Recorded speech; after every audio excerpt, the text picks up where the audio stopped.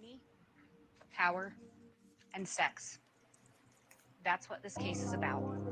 It didn't matter what obstacles she had to remove to get what she wanted. And if it was a person, it didn't matter who. All I want is money, power, and I think I'm money, power. All I want is money, power, and I think I'm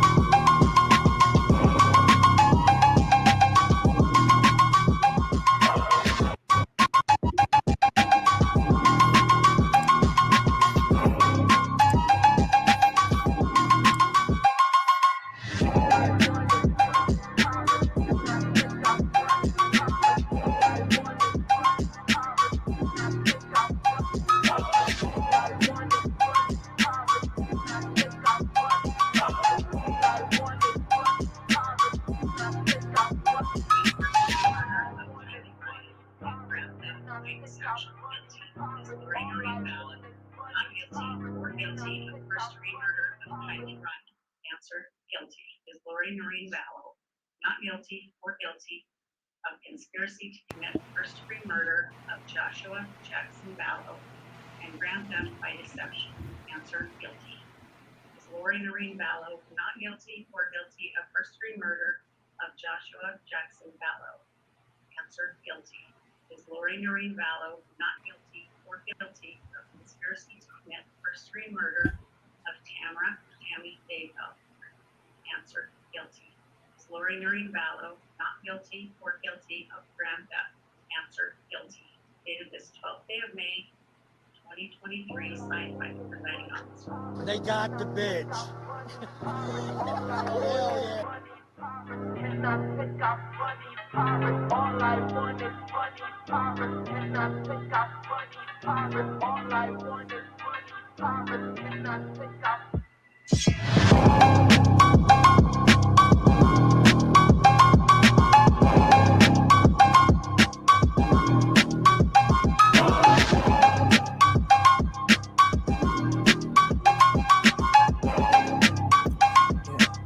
I'm gonna do it.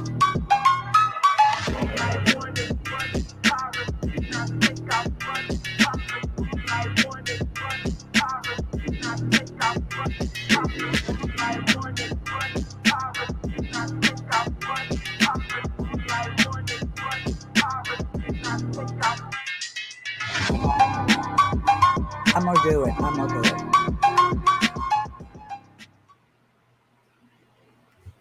Hey, everybody. I hope y'all can hear me. Put a thumbs up in the chat if you can hear me. So, we've had a busy week in the true crime genre this week. I hate to say it like that, it'd even be a genre, but it seems that a true crime creator thought it was a good idea to put pictures online in a Patreon account that she had gotten through a FOIA document and charged money for people to see them. Pictures of autopsy photos, not just any photos of a child, photos of a dead child that had been in a suitcase. Now, I don't know who needs to see that.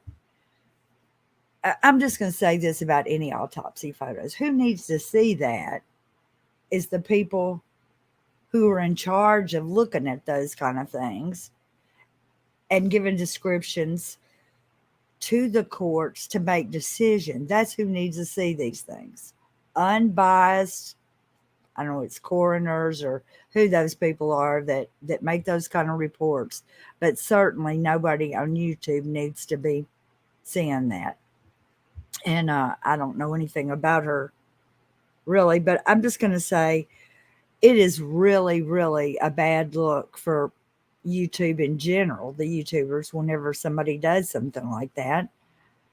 And there's so many people who are profiting off of tragedy that it's unbelievable that there's whole like stations and uh, shows and TV shows. And I mean, we all want to see it and find out what happened, but it's a tremendous amount of money is turned over and a profit is being made by lots of people and with little regard to the family, little regard to the family or how they feel about all those things. And when I heard about that second murder, those murders of those college students, I think it was maybe just before Thanksgiving last year, every true crime, every one of them, that's all they were talking about. They were making up stuff. And it was the Uber driver or the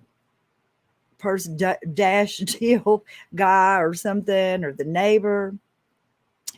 And so when I saw all that, I thought, Idaho is making it rain for these YouTubers. Idaho is making it rain for not just the YouTubers, for News Nation and crime this and crime that and all of it. I'm going to read some of y'all's comments while we wait for Krisha because there's like a lot of comments and they're all good. So let's see. Heidi's Mind said, I was wondering if you were going to be sharing your thoughts on this. She has a lot of content about the kids and Lori, which is how I found her years ago when she had Julie Rowe and completely fangirled her. Wow. And then let's see, allegedly innocent. I'll be watching. I'm so glad you're covering this. KJ says she'd like to meet that Zav girl and give her a piece of her mind. That is terrible. And it's a damn shame that, oh, I'm covering it up. Let's see, I could do it this way. I don't know what's the matter with me. It's a damn shame that this twit who did this still has subscribers. It really is. And I'm just going to be honest with you. I haven't seen her in a long time, but I had subscribed to her and I went right over there and unsubscribed. That's what everybody ought to do. And let's see some more comments here. KJ says that the company Patreon has taken her account down and that I've been told no genitals were shown. And the reason why KJ made that remark is because I asked her, because I wondered if it's like, if you're selling naked pictures of kids, that is like CP. And anyways, you can see from her comment. I hope, it's terrible what the girl did. Let's see. Well, let's see if somebody else is. It looks like me and KJ were talking it up in the chat. Okay. Let's see. KJ made some comments about her apology. Let's see if we can find that.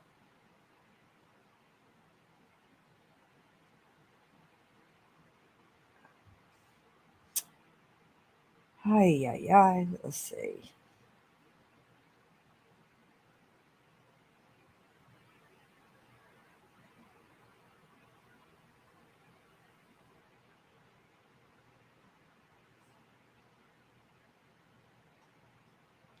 Well, I see what bothers me. Okay, here.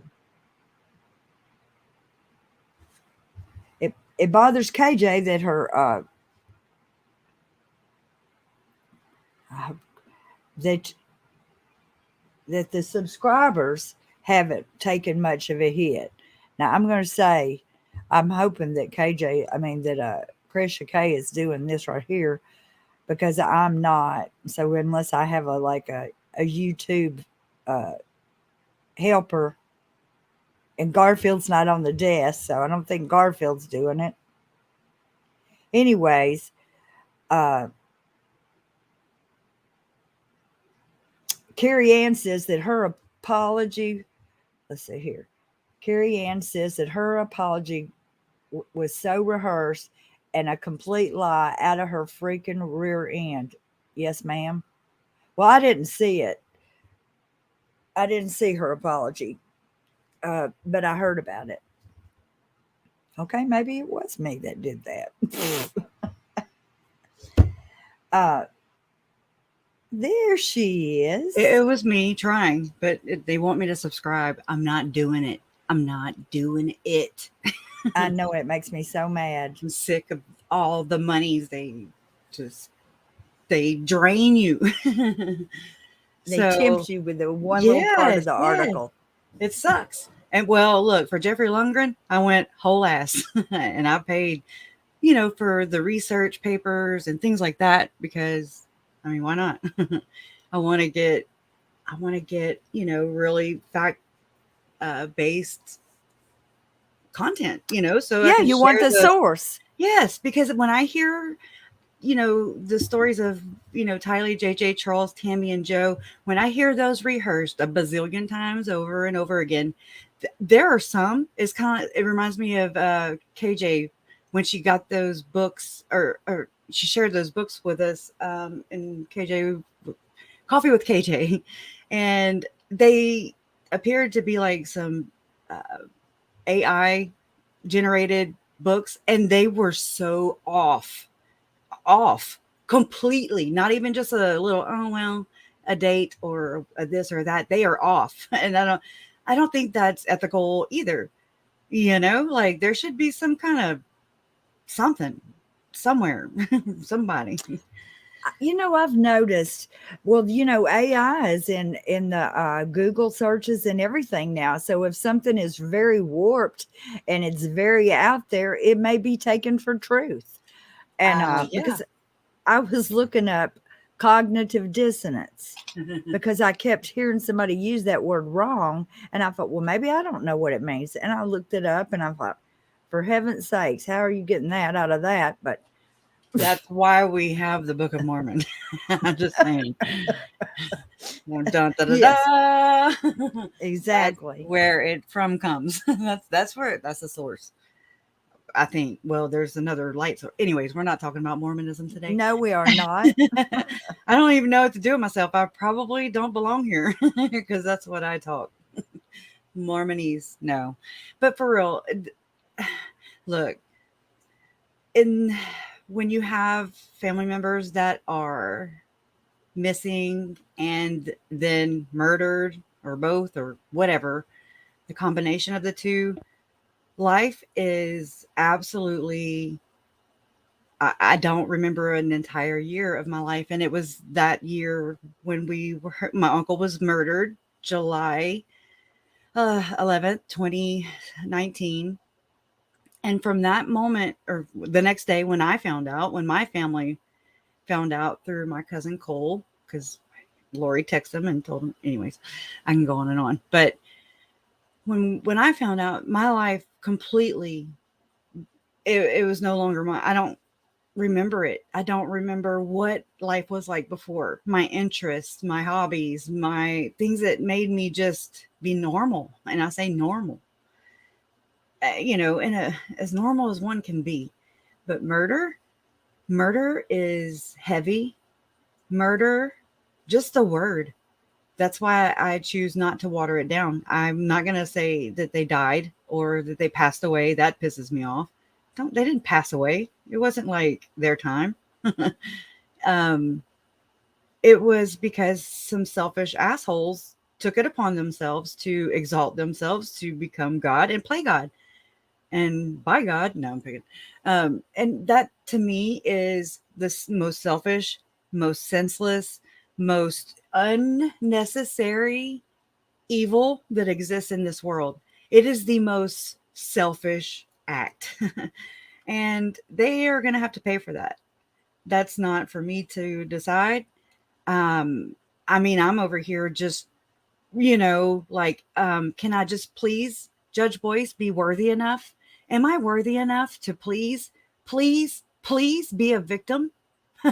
What is that? Is the weirdest thing, anyways. That's a whole nother subject. But it's a big one, and it's a very hurtful. Um, it's just hurtful, all across the board. Um, in my court, if I were judge, I would want to make an example out of people like Chad and Lori, and I would send a stern, very stern message to anybody who is thinking about murdering somebody in the state of Idaho. They might want to rethink, their plans, because that's the message I would put off. Like, oh, hell no, we're going to throw the book at you. If anybody deserves the book to be thrown, it is assholes like Chad and Lori and the Funky Bunch and Letitia Stauch, Evelyn Boswell's mom. I don't remember her name right off the bat. Um, uh, and Summer Wells is still missing. Monkey, I haven't heard anything or seen anything on Monkey. I've been watching some things on Baby Dior. I mean, there's so many missing kids, and you are in the most traumatizing blur nightmare, out of body experience. Like, it's a blur. And trauma is real. It actually changes the brain, and it causes premature, or how do I say this? Early. Crap! I lost it. See what I'm saying? It's this. This is why I talk. Sometimes I talk really fast, and I race. It's like it's trying to go as fast as my thoughts. It really takes a toll. I I wish I could say that no, what Lori and Chad did not affect me, but I can't. I can't honestly say that because my life looks nothing compared to what it did before. Nothing. And I sometimes grieve over the old me, because I lost that person as well. Again, it's not, I can only give you my perspective from being a family member of crime, victims of homicide, violent, victims of, oh my gosh, see, victims of violent crimes. Um, it's something that you obviously shouldn't have to ever carry yourself. And so this is where social media comes into play. And I always saw it, and I still see YouTube as, I mean, every social media platform, it is a tool. It is an extension of your voice. And there are so many times that my family members, the victims, friends of the family, I mean, just all across the board, myself included, nobody cares. Nobody, I lie. I mean, there's a few, a handful though. And that's, that blows my mind. Part of this is, I mean, this is something I've been like, okay, as far as advocacy and doing things in honor of the victims in my family. My thing was, I saw it kind of take form, and I'm like, oh my God, there's people who, I mean, there's no handbook, there's no resources. I've never been confronted or offered counseling or victim services or an atta girl or, hey, nice, hey, okay, not a FU, nothing. Oh, thank you, KJ. Appreciate it. It's love from the Rays. I love the Rays and I love you. Always. I had coffee with you this morning. Except mine was vodka. No, it really wasn't. I didn't have anything. But there are a lot of ideas that I have been, it's just so hard to focus. I'm still at a point where I can't just relax. I can't really back away from this just yet. And I'm tired. My shoulders they're tired. I can't continue to carry it, because then I will, be with my family members sooner than maybe I want to. Because grief, I mean, it's so many emotions, so many feelings, so much pain, so much hurt. And it just seems to, I wonder if Judge Boyce gets off on it. I start to question these things, and I hate that I even have to go there. This shouldn't be it shouldn't be an issue. Just like Zav Girl and her friend Natalie, or whatever, Natasha Cooper. I've never even seen the girl, until now. But there's always a but. So I am going to turn my camera on. I was just going beep boo. Anyways, real quick. Hi, everybody. And then look how cute. We're back on the merch store. Thank you, Donna. Thank you. And my bag is back there. Isn't it great? It's huge and it's good quality. So I have Dr. Pepper in here. And I got new bracelets. And these bracelets I have one on my wrist. Hello. These bracelets say all the victims' names. Justice, and they're blue, white, and purple.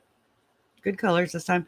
Justice for Tylee, JJ, Tammy, Charles, and Joseph. Isn't that cool? So we'll have to figure out how. Carrie, I already got yours coming. But I do want to send some out.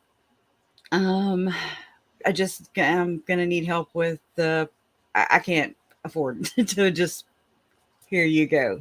I don't make what the big YouTubers make, and it's not about that. There's so many issues that need to be addressed. And because this happened personally to me with Awen Reese. Okay. And then many more, but they kind of flew under the radar. And then now they're huge. And then I'm still nothing. It blows my mind as much heart. And it's not for recognition. What they would do by extending their platform is extending their platform to amplify the voices of the victims, because that's what I do. That's what we do. And it blows my mind. Blows my mind. I mean, all the way up to Nate Eden, to Justin Lum. Nothing. I don't know. I'm just like, okay. I know I'm a little rough around the edges, but I'm real. I don't like lies. I don't like fake. So, I'm anti-fake. But And maybe that's intimidating. Maybe they don't want the truth. Maybe they like doing what they do. I really don't know. But even Nate Eaton, I've already met him before in January 2021 when Mark Means was trying to have Rob Wood disqualified. And so it was my first time being there. I just wanted to be there. I wanted to walk where they walked. I wanted to see where they were unearthed. I wanted to connect so bad. And so for a whole year ish, or from the time so it was about 7 months after the kids were unearthed, preliminary hearing happened. Melanie Gibb and David Warwick thought it was cool enough to talk to my parents. Exploitation. It's all, it's everywhere. And there's people that come out of the woodworks. It's the weirdest thing the weirdest thing I've ever encountered. And here we are dealing with zombies, effing Satan tacos, loin fire, and I'll grab you by the storm. We're talking some really batshit crazy things. Just possession, and it's religious. It's got every freaking element in here. And it doesn't need any extra shock value. It's covered. It's nobody could have wrote a script better. They're probably like, yeah, no, this isn't real. We can't do this. It's unfathomable and again, unnecessary. But there's so many things that have come onto my radar, and I'm just like, when Judge Boyce threw the cameras out. This all has to do with exploitation and not just Sav Girl. So that's where we need to get a good understanding. Really, hear me out.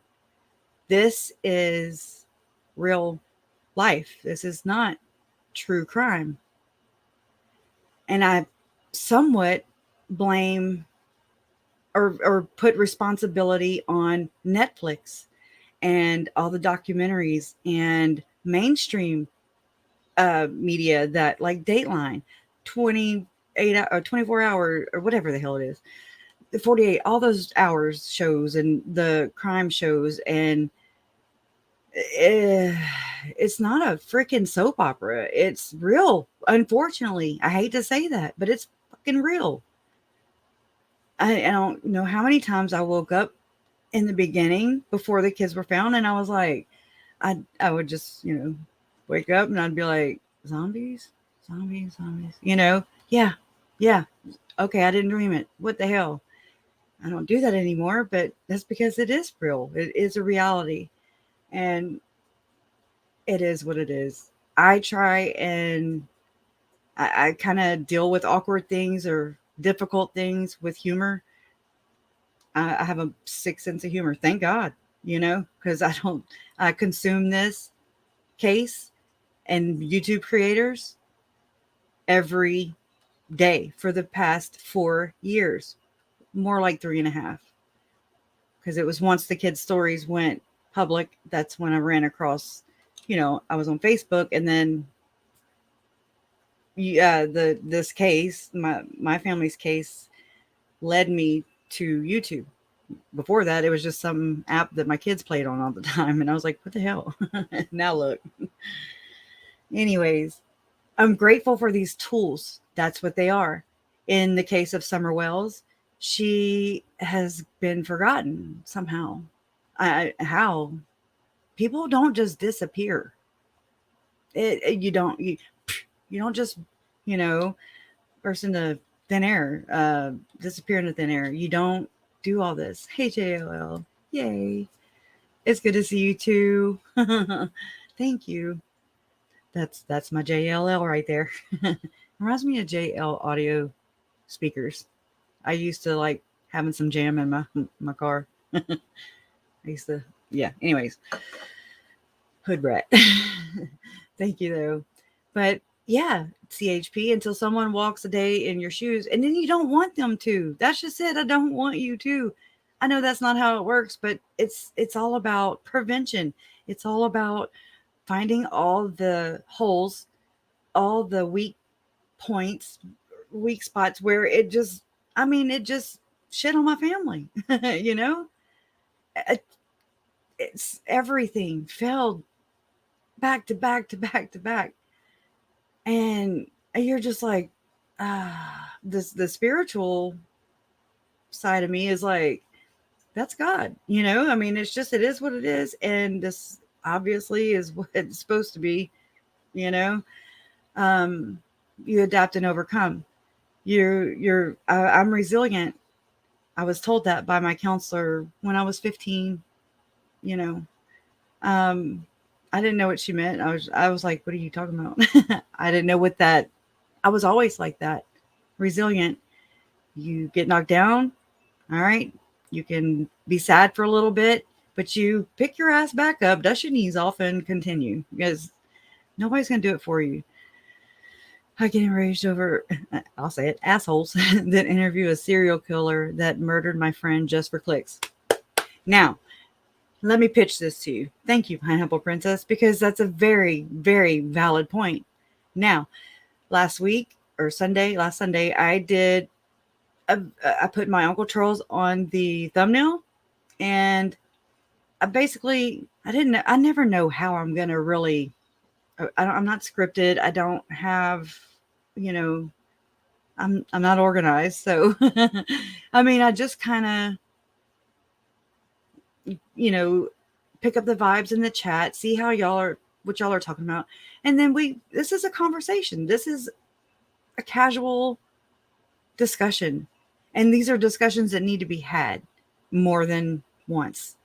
And until we find, you know, resolution, until we find ways to continuously, that's the thing, continuously, you know, reassess things and then say, well, you know, what's not working? What's working? How can we, you know, a suggestion box, if you will. But, and I mean, I'm not doing this alone. I never have. You guys have always been there. And I always look to the YouTube creators and the Facebook admins with the Facebook groups and everything. I look at all of you as a barrier. Y'all, in my mind, in my trauma mind, my scared brain, I relied heavily upon you. You may not even know that, but I did. And I do. My parents do. I know that because I've heard them say that. And that's the only reason I'm saying it, you know, as if I don't like to share things that, well, so-and-so thinks this. That's just not my place. You know, if they want to say it, they say it. And they've said it. And we appreciate you. And it means a lot. Some people send messages of, hey, you know, I'm a grandmother and, you know, I'm raising my daughter's children and, well, you know, autism and they have told my parents, you know, y'all give me inspiration to just be your grandmother to, you know, my grandchildren. That's all they have. It just, I don't know. So it's just so many emotions. Things happened. People, it's just like Chad and Lori. This is my little analogy, which I think is pretty ripe. As soon as I can find it. So I was kind of, after I watched as many stories as I could on Sap Girl and the other broad,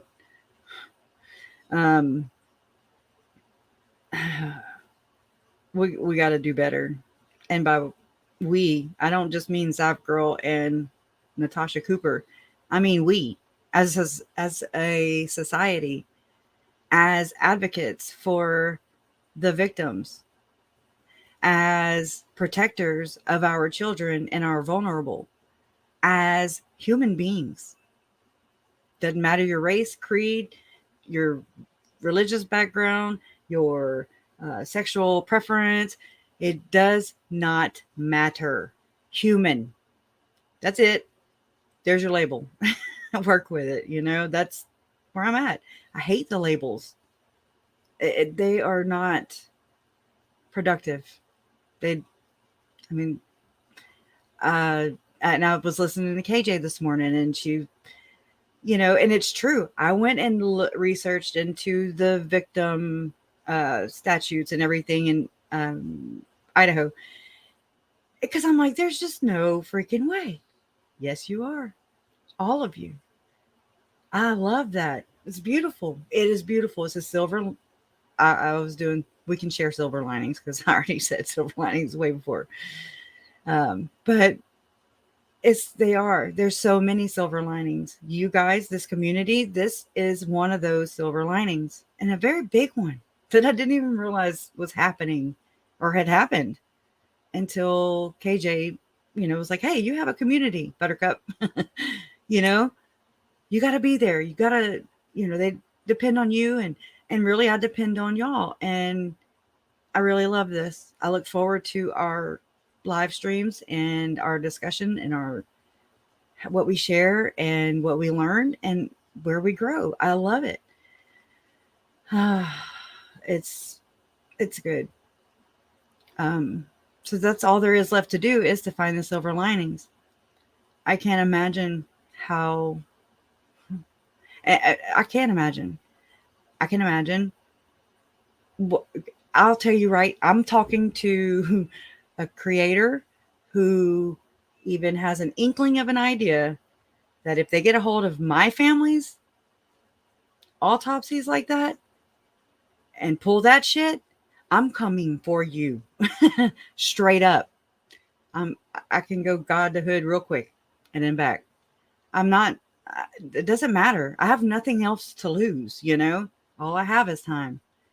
And I mean, I hope you have really good insurance or really good attorney or something, or pray, or whatever it is that you do, or just stop being exploitative and using my family's blood, their tragedies, the only thing we have left. We have no other control in this either. The kids' bodies are still in fucking Idaho, for Christ's sake. Idaho. Yeah, they're in on it too, in my opinion. It's bullshit and unnecessary and evil. It's evil all the way around. It's torture. What did we do? Anyways, yeah, because not only that, I get people that say, you monetize? Even from other family members' channels. Okay? It took me a long time. And I still fight with myself on how do you brand? Because YouTube has it where you set up a brand. Well, I'm selling murdered family members.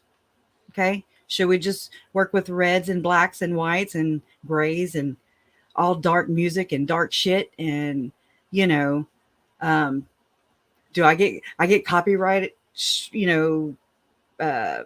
whatever, content ID warnings or whatever, and strikes when I use my family's fucking stories? What is that? What is that?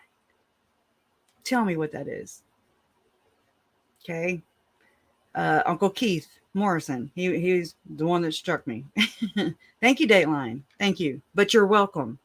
It's so weird. It's a push-pull, but it's mainly they pushing, and it's not cool. I don't know how to remedy these things. We're only one person, one family, and we haven't even been able to look towards Arizona yet. You're still, trying to get one of them over in Idaho. It's never closed. It's never complete. For many who were following the case, Lori's trial, a lot of people, vamonos. And I was like, that's okay. I mean, I knew it would happen eventually, because in the end, the only people that are going to be advocating and aren't going anywhere and will always be a voice for the victims and other victims is going to be me and my family and other, whomever else. But as far as me, I'll be here. And everybody just goes on to the next little drama fest, or I really don't understand it yet. But it definitely brings out the good in humanity. But as above, so below. Just it matches it. I'm sending prayers to you and the family. Stay strong. You're just entering the battle. Oh my God. I'm tired. Stay the course. Fear not. Eyes on Jesus. Always, always, always, always. Always. I thank you so much for that. I'm having really bad chest congestion today.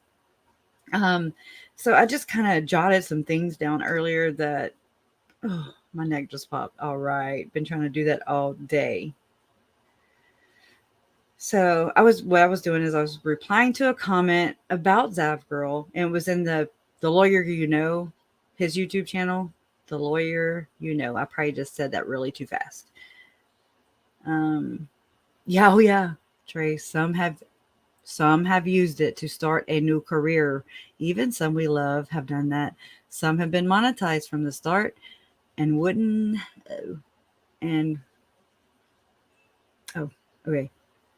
Okay, now I gotta, it's like different formats. So that's oh my gosh. Some have been monetized from the start and wouldn't do it at all if it weren't income for them. Right. Jen's like, no, nope. And I'm like, you have to. You are crazy. If anybody in here, I'm talking to everybody, you have got to really do some research if you think that this is free. It ain't nothing free. Except for my family's content that's being sold, their stories, the headliners, the clickbait, the Patreon. Hey, backdoor over here. I got you, girl. I really tripped up over this whenever I was like, what's a FOIA? What is a FOIA request? I don't know what that is.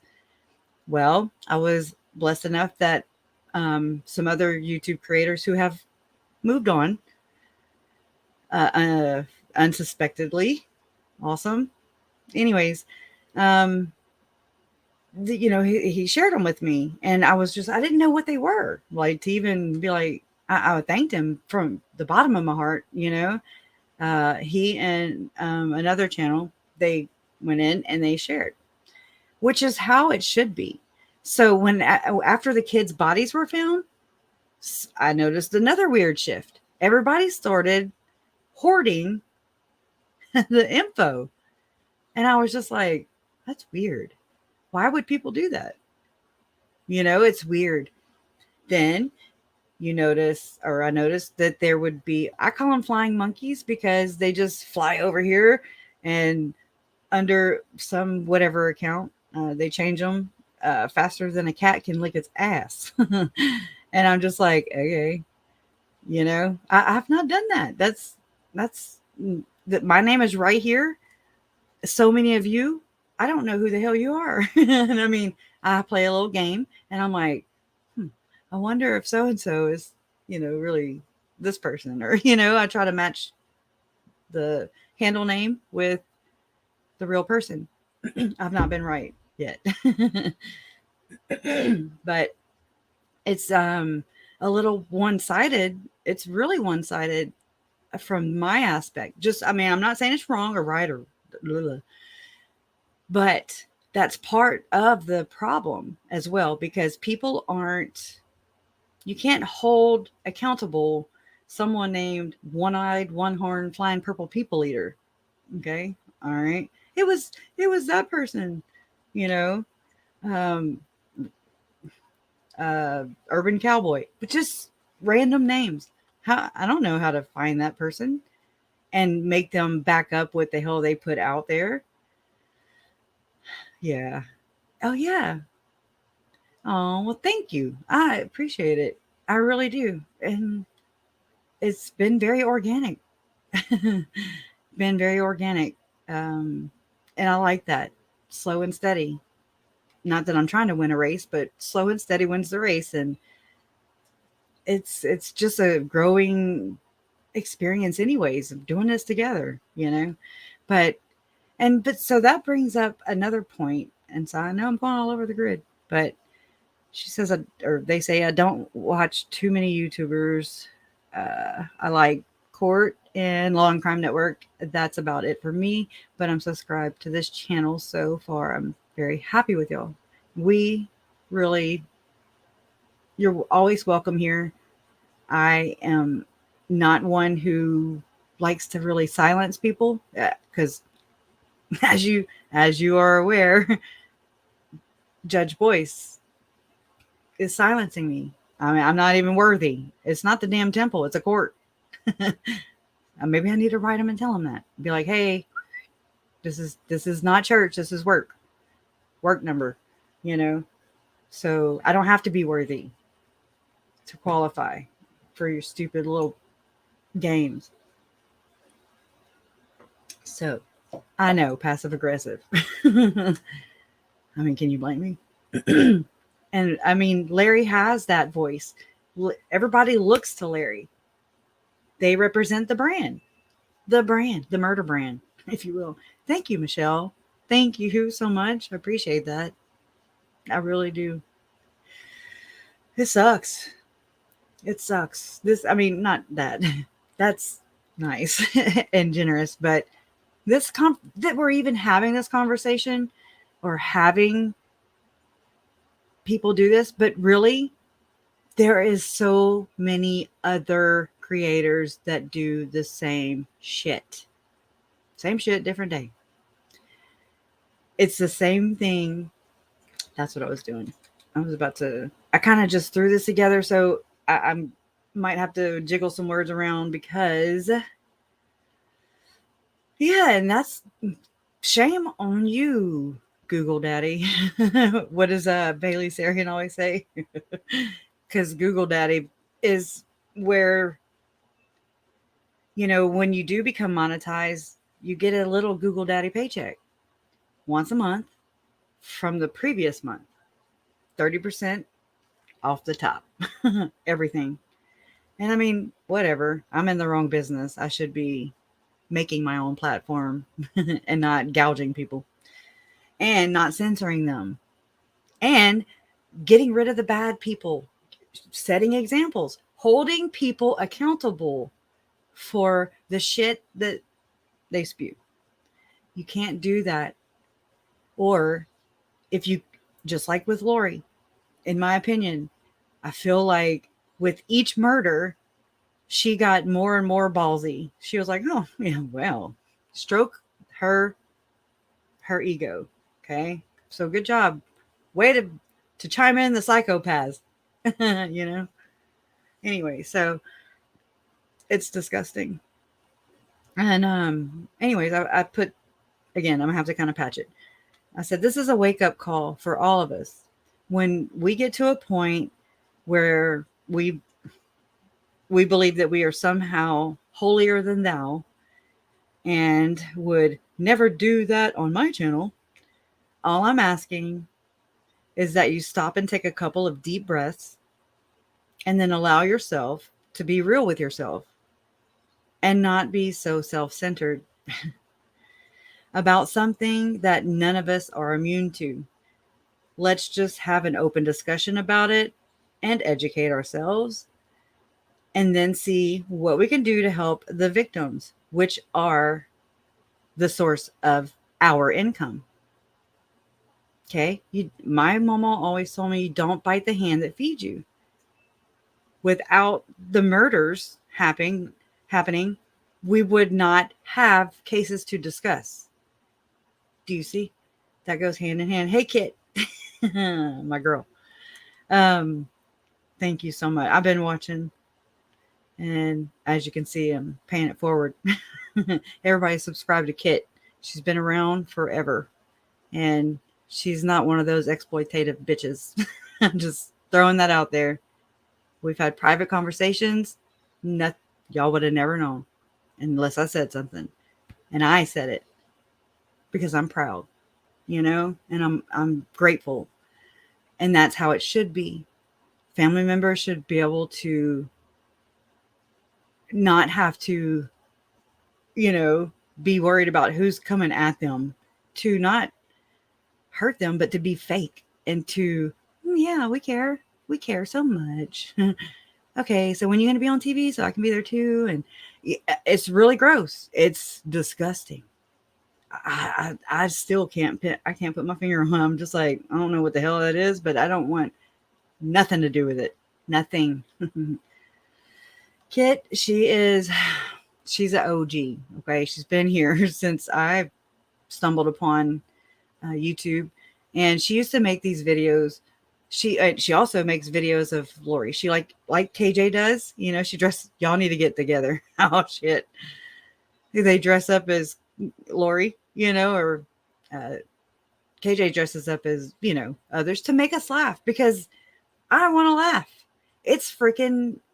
It lets me take some pressure off. It lets me be normal for a minute. It lets me really just kind of get back to my bare bones, you know, the center, recalibrate. It's needed. I need it, and I spew it. I like to laugh. So, anyways, but I do appreciate you for that. But yeah, she made a bunch of videos like, you know, videos of other people, but like Chad running into the portal, and he'd like bust his ass on the ice over lake, or you'd have to go see. So blah. All right.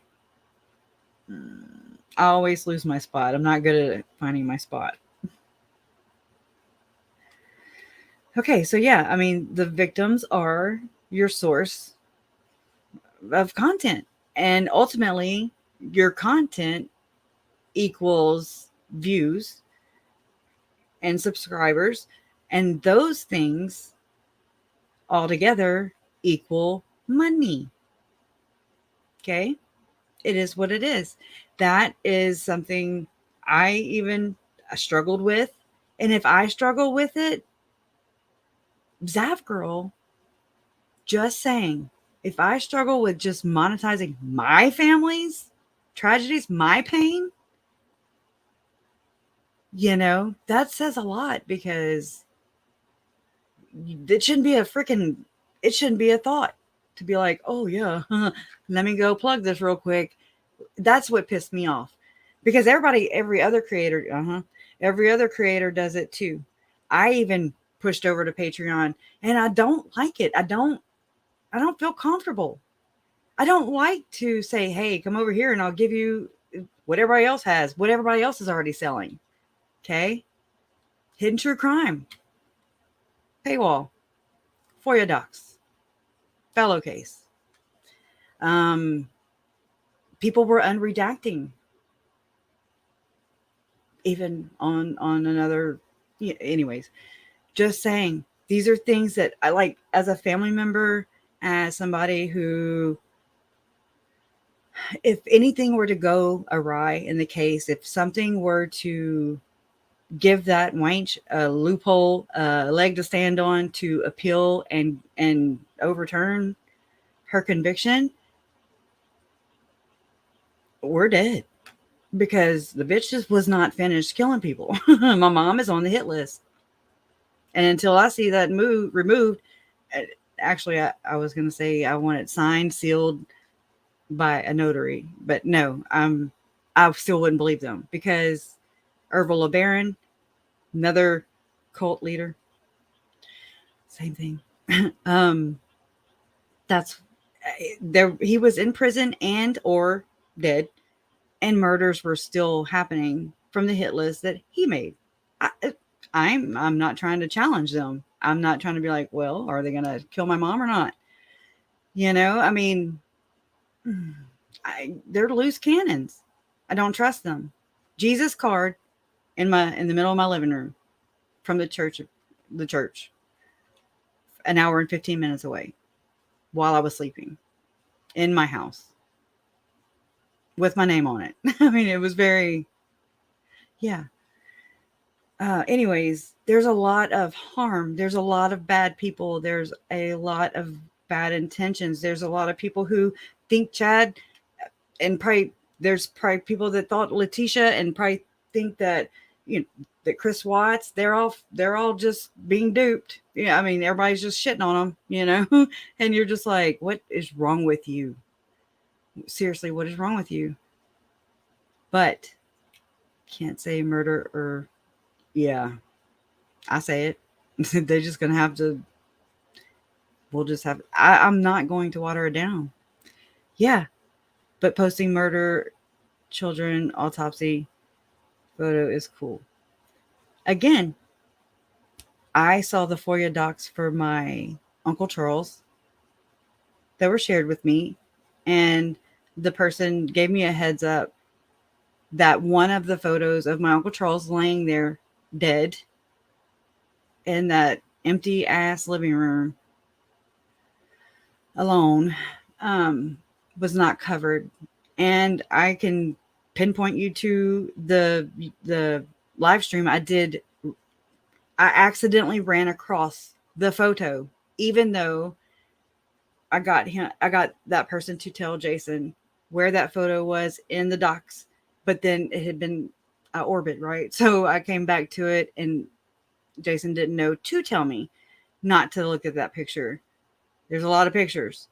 And even though I've seen video, I've seen photo, I've seen reports detailed, I've looked at my uncles and all the autopsies that are available in our, in, you know, our case. I say ours. I've combed through all those things. That's okay. I'm doing that at my discretion. I'm doing that, and I know that I don't have to. I can stop if I need to. I can listen to somebody else. You know how many times I've listened to James and Elena's story? About 4 times. I stay away from that. I'm just like, and that's another thing. You're going to hear me saying this a lot. That's another thing. If we, me and my family, and you all had to listen and read that juvenile, disgusting, nasty ass, soft porn, freaking James and Elena story, and then read into record, then they should be able to have to listen to us. Not just my mom, not just Summer, not just Colby, if he just, not just who you get to pick. That's not how this works.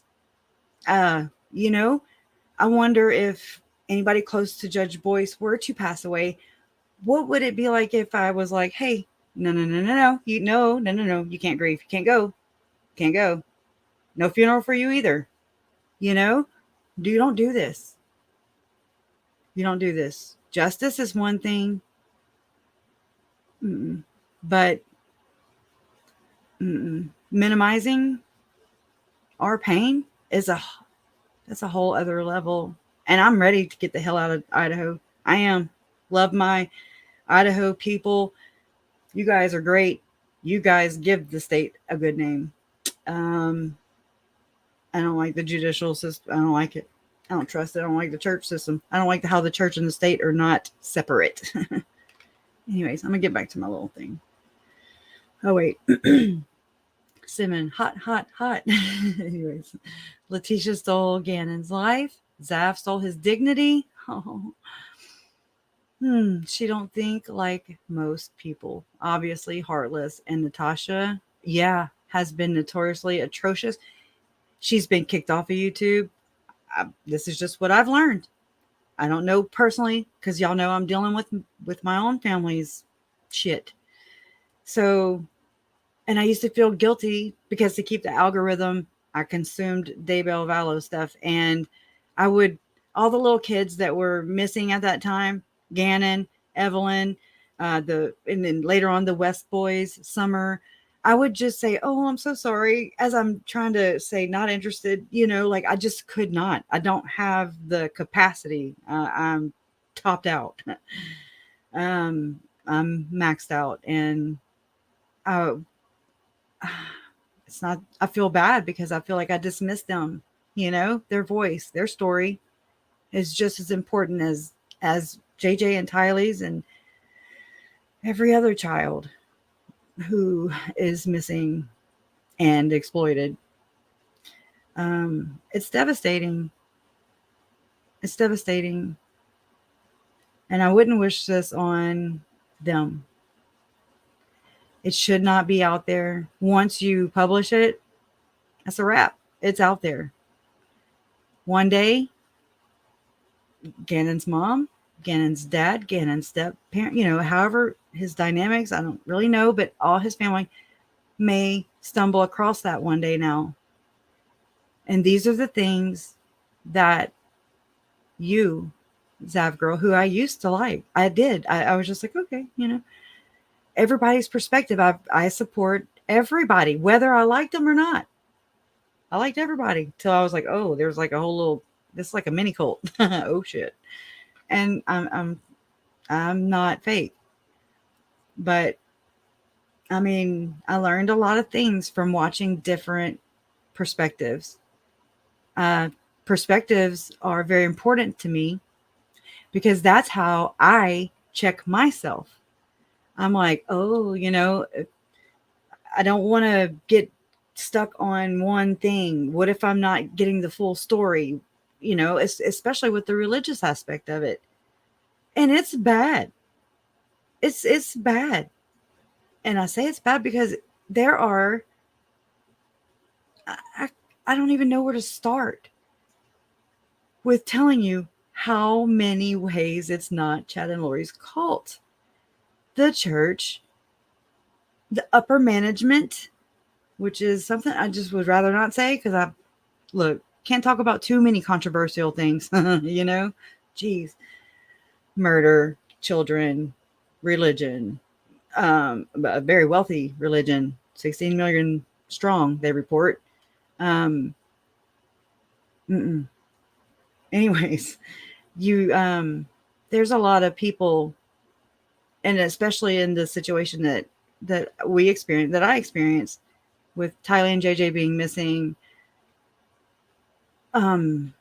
It was hard too. It was hard to share. It still is hard to share. I'm like, that's the only control we have, right? We can't even control the information. We can't even do it at our discretion.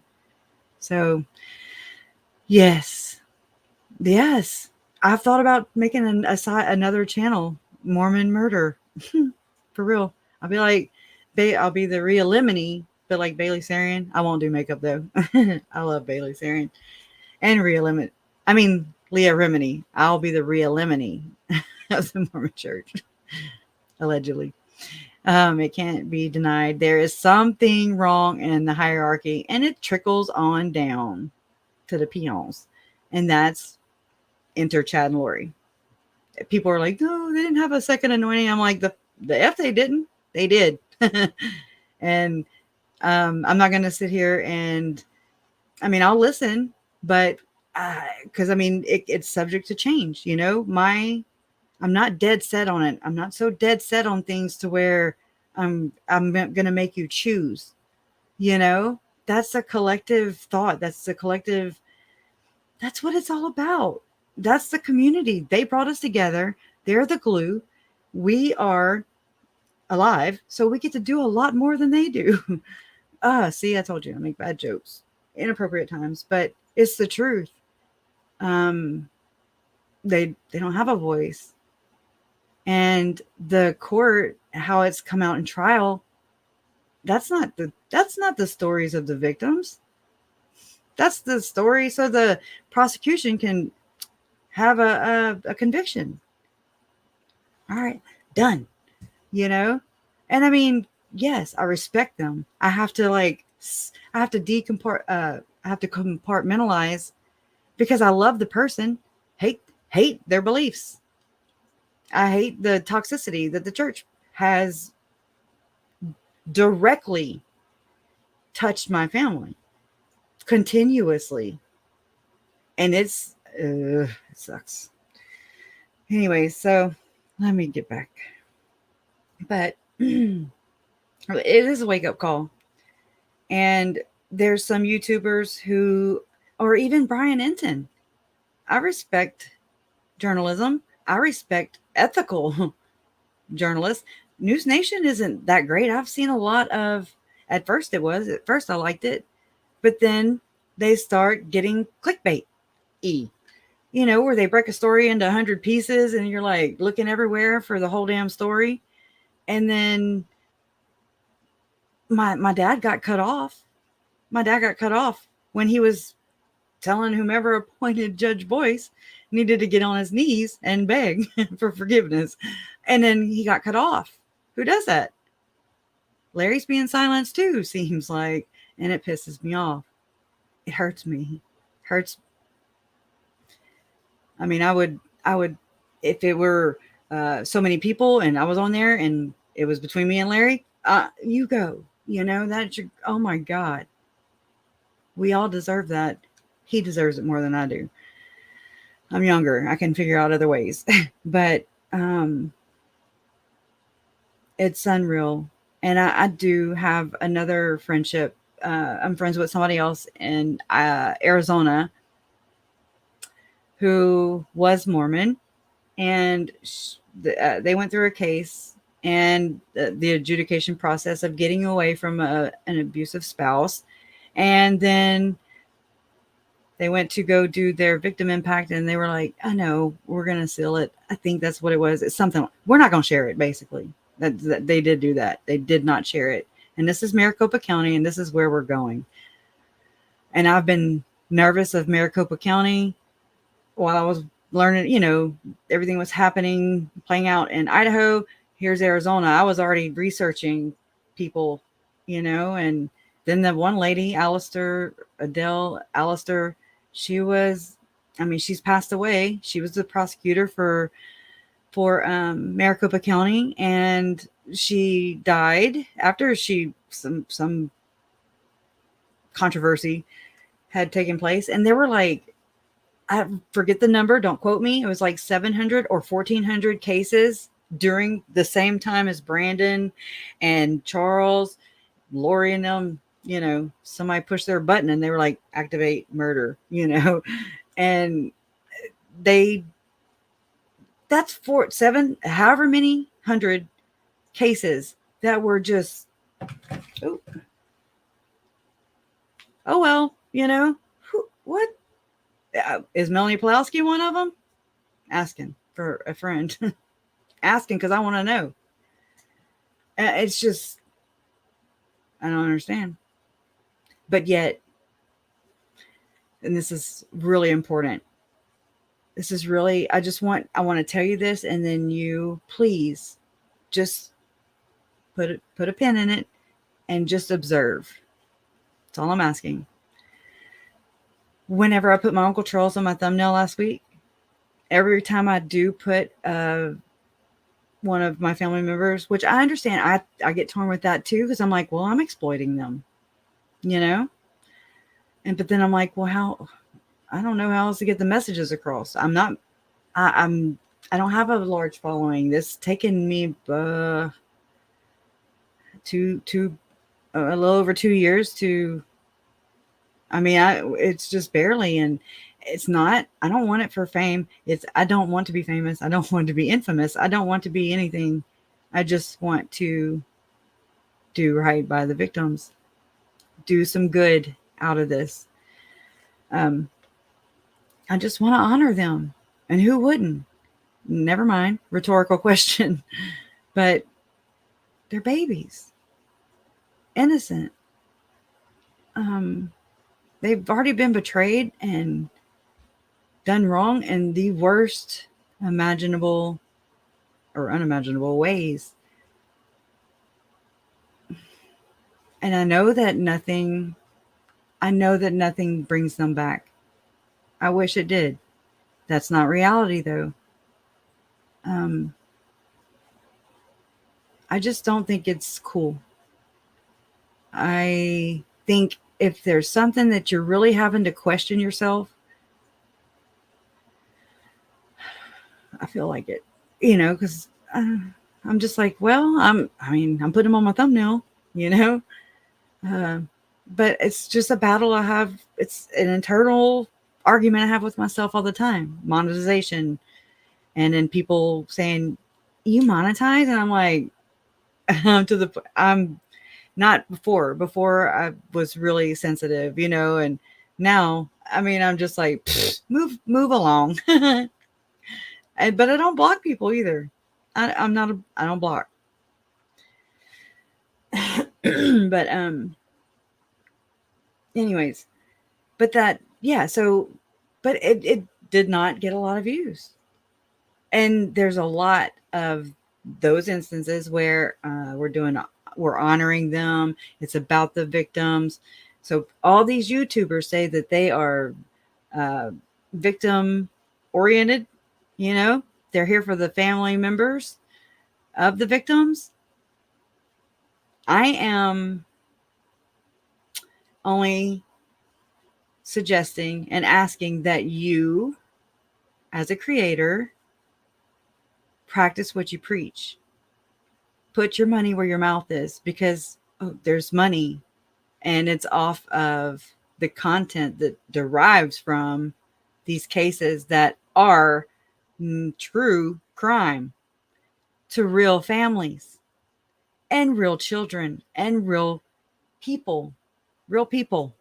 They were, you know. Stop. It's not cool. No part about it. No part about it is cool. Nobody. I was watching a woman, Jeffrey Dahmer, one of the victim's sisters, a black lady, and she nutted up in the court during her victim impact statement. And I was watching a documentary not long ago, and it was about the true crime genre. Can we drop that too, please? I don't know. It's you really have to walk a fine, ethical, morally sound line. But we don't all have well people with well intentions. I understand that. But there has to be a way to hold those who are not morally sound, mentally well, whatever their motives are. I don't know why they're here, but in their description box, in their about section, right where their money is usually linked in the description box below, is, oh yeah, rah rah ree, kick them in the knee, you know, for the victims, until we're not, or we are, but only to our interpretation, our our understanding of what one should be in this situation.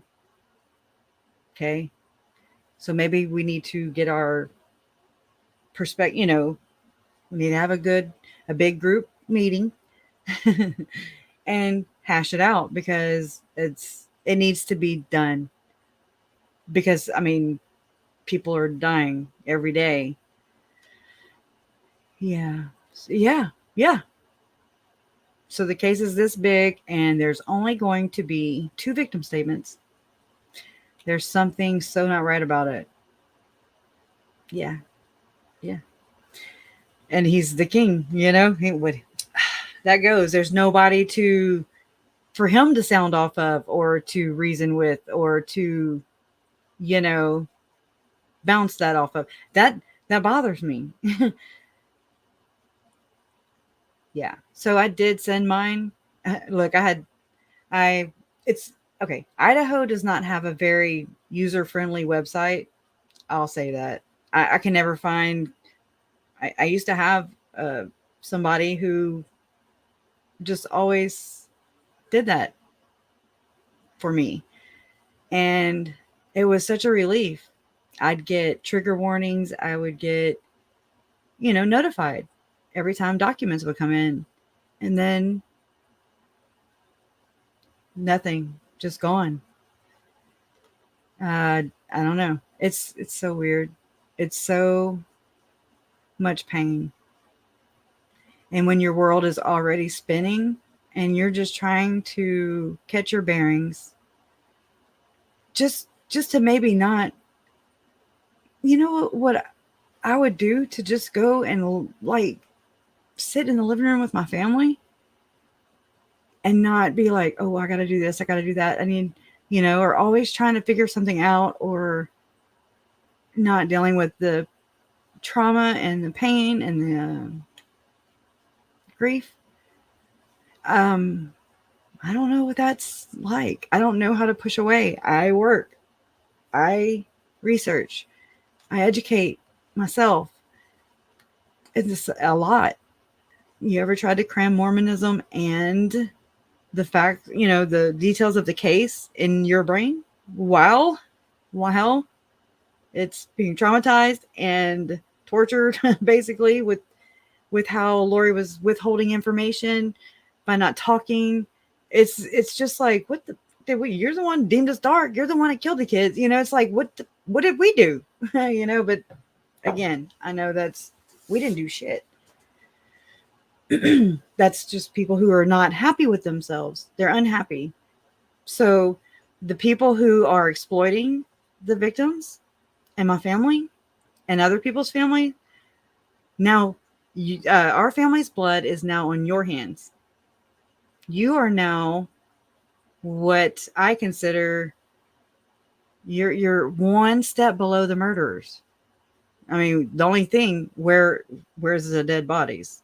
Because you're acting crazy, you're nonsensical, you're not being compassionate, you're not being respectful and allowing the children and all the victims, you're not allowing them dignity in the afterlife, in death. You cannot do this. This is it's really messed up. And it really makes me question your consumers. Shame on y'all. Y'all need to, whomever is finding this interesting or entertainment or whatever it is, you know, I'm going to pray for you. I would suggest pushing away. Maybe go and hug your kids because you can. Or do you exploit them? Notice I haven't shared my kids on here yet. I didn't really realize that in the beginning, but then I'm like, oh my God. They're crazy ass people out there. Obviously, that's why we're here. And I don't want to be that kind of mom, but I also don't want to kick myself in the ass because I didn't protect my kids. So it's a push-pull. I would love to share my kids with you, but I'm scared. It's not worth the risk, and I'll do anything to protect them. And so, yeah, so you just got to be your brother's keeper. It's not about whether you bought them, rightfully so. You bought them through a request, a FOIA request in Florida. In Colorado, it's different, you know. There's different things that come from different places, and everybody has their own way of doing things. I don't know how to do this on a federal level. Do we even want to do it on a federal level as far as like trying to regulate the states to where they can kind of maybe get a definition of what a victim is and then pass it on to boys, you know, and so that, you know, so that we can go face the murderer, the woman who murdered our family members, so we can read her our words. We've had to listen to her ass and deal with her ass for years, millennia, you know. We've had to deal with all her bullshit, all their bullshit. We still have one to go. And then it does not add up. I'm not good in math, but it don't add up. It don't. I can't make it make sense. Yeah, exactly. Jeffrey Lundgren, the other cult leader, label, that I'd never finished discussing, by the way. So, but we're working on it. Donna's been doing some chapters. She's been reading chapters out of Jeffrey Lundgren and Alice Lundgren story, the Kirtland cult. I'll just call it Kirtland cult. It's another Mormon faction cult. And Jeffrey Lundgren got up. He got the death penalty. KJ, this is an amazing case because there's a lot of death penalty case text written on it. And it's interesting because it has a lot of similarities to Chad and Lori, their story. A lot of similarity. Lafferty brothers, lots. LeBaron, I've been collecting notes on that so that I can cover them. We can go over them, compare, contrast. And because I think there's another cause for these cults. I don't think it's one setting themselves apart like these YouTubers. They're not setting themselves, they're not exalting themselves. I think that somebody's exalting them and saying they're a cult. That's what they're doing. But I'm lying. You know, like that's not really what's going on. But I have to say that so I can distance myself. Okay. That's exactly what it is. So, and maybe I'm a threat. Maybe what I am saying, I know it doesn't make sense. It's design. By design, it is made to not make sense. So, you know, here I am. I don't know how many things I've covered just to this point of all the factors that I can just think of right now. There's so many more. It goes on and on and on. And so that day that I saw Kit had did the video about Zav Girl, her and Arctic Fox, and I'm not good with all the names. They fear Crusha. Oh, they fear Crusha, but that they don't know what truth she's going to bring. All of it, and it would be for everybody. That's what it would be all about. They know she's the real call out. Her information on enough of the right ears will be their end times. I mean, my head's not that, you know, but it's just I'm another person. We are more people waking up to the lies, the, what do they call it? The fake news, you know, the blank. I just went blank. Let me try and clear my throat. Let me clear my throat.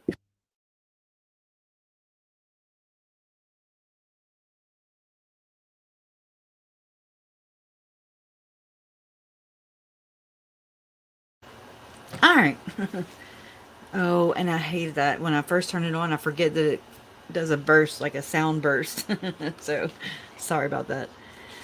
All right. So, I want to... I thought it was right here. It should be. I got a lot of papers. I've got a lot of notebooks. I've got a lot of notes.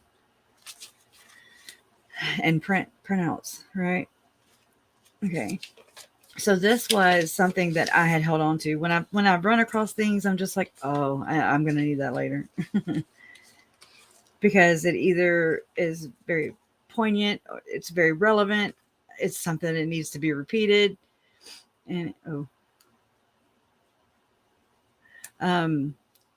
GI. I tried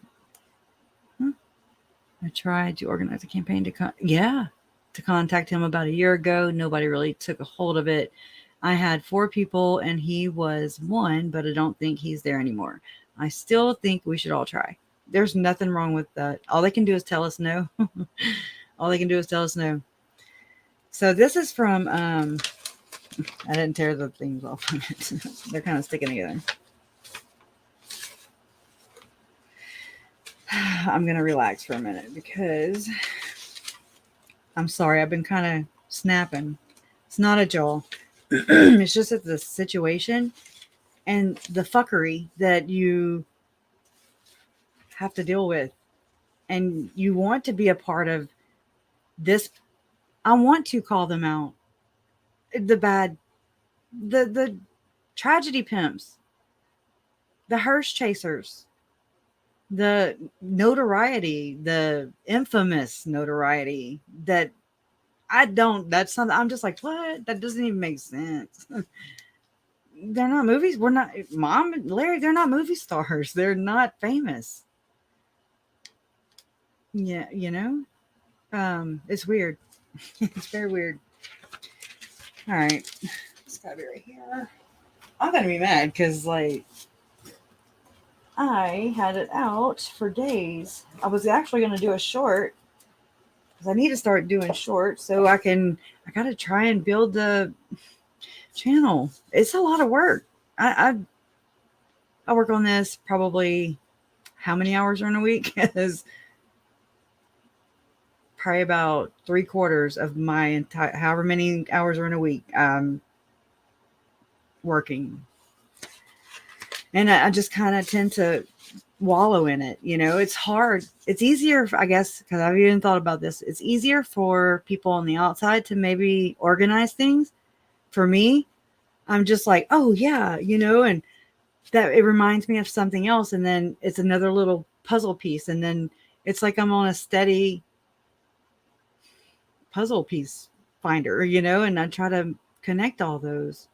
No, thank you. Oh, Ampy. That's sweet. And it's also very validating. Like I needed to hear that. I don't, you know what I mean? Yeah, I've never, this is just not how I imagined it to be. This is not how I've witnessed it to be with, because I study things, I've researched. So I go and I turn it on and I watch victim impact statements, court cam or Dan Abrams. And, there's one mother who her son was murdered, but after they sentenced her son's murderer, she got up and she hugged him. And I mean, just makes you freaking like really see humanity. It really does. And nobody should be denied that. No. When I understand the importance of protecting the accused. Now, I didn't understand it then. I'm like, oh hell no. But I get it now. And it's really just biding their time. It's just delaying the inevitable. This is what I meant a long time ago when I typed Crusha is not a regular YouTuber. Right. Oh yeah. She brings truth. It's experience. It's like, here, I'm sharing my experience with you. You're sharing yours with me. It's beautiful. Not the experience, but what comes from it. And I was not expecting this. And there it was, the garden was growing and KJ had to slap this shit. No, she had to slap me and just be like, hey girl, you have a community. And I was like, what? I just thought we were all just advocates for JJ and Tylee and Charles, Tammy and Joe, and that you guys were supporting our family and whatever it is that I'm doing, and then I was like, oh my God. And then I felt like it made it real. And then I felt like I didn't want to let you down. I feel like I honor this. I honor you. You guys are the real deal, and yeah. Silver linings and God's army and blessing. And just every family who goes through tragedies like these, I feel bad now because I'm like, they need a community. They need people to rally around them and show overpouring, endless love and concern, truly concerned, helpful. Um, I mean, you guys are just, y'all are, I don't know. I don't even, bleh, what do you, y'all are a godsend. Um, that's beautiful. Like, I've legit freaked out whenever I had another lady that y'all should go subscribe to. Support your, like they say, support your small businesses, support your small creators. They're not doing this for free. Time is money, you know? And I wish I could just live off love, but that's simply not the case. That's not how this works. That's not how real life works. This is my real life. Hey, Detective's daughter. Oh, Detective's daughter she opened her home up. Her and her husband opened their home up to me and Winnie. Winnie, the dog, always growled at me, but she loved me. And I loved her. And one day I will get a dog. I need that in my life. But Mary's just she's a good soul. And I need to get the books sent here. My whole Mormon collection that I collected from DI that I couldn't possibly carry another suitcase home. So I really do appreciate you guys. And the ones who just are here and are, maybe don't know how to subscribe or how to operate YouTube. And I mean, just you being here. I mean, I'm just humbled by that because lots of times it don't make any sense to myself, much less do I feel like I'm conveying anything that could be of value to you. But you guys are true. And that's awesome. Not asking you to do more than me, or less than me. I just let's work side by side, get it done, because we can't do it by ourselves. We can, it'll just take us longer. That's my opinion. Oh, my notebook's right here. I say that, but it's really important. I wrote it down, so it's not like I can just go pull it up. See what I'm saying? Okay. Yeah, this is it. Now I gotta read my old chicken scratch from, I must have been in a hurry. Okay, so Sarah Turney.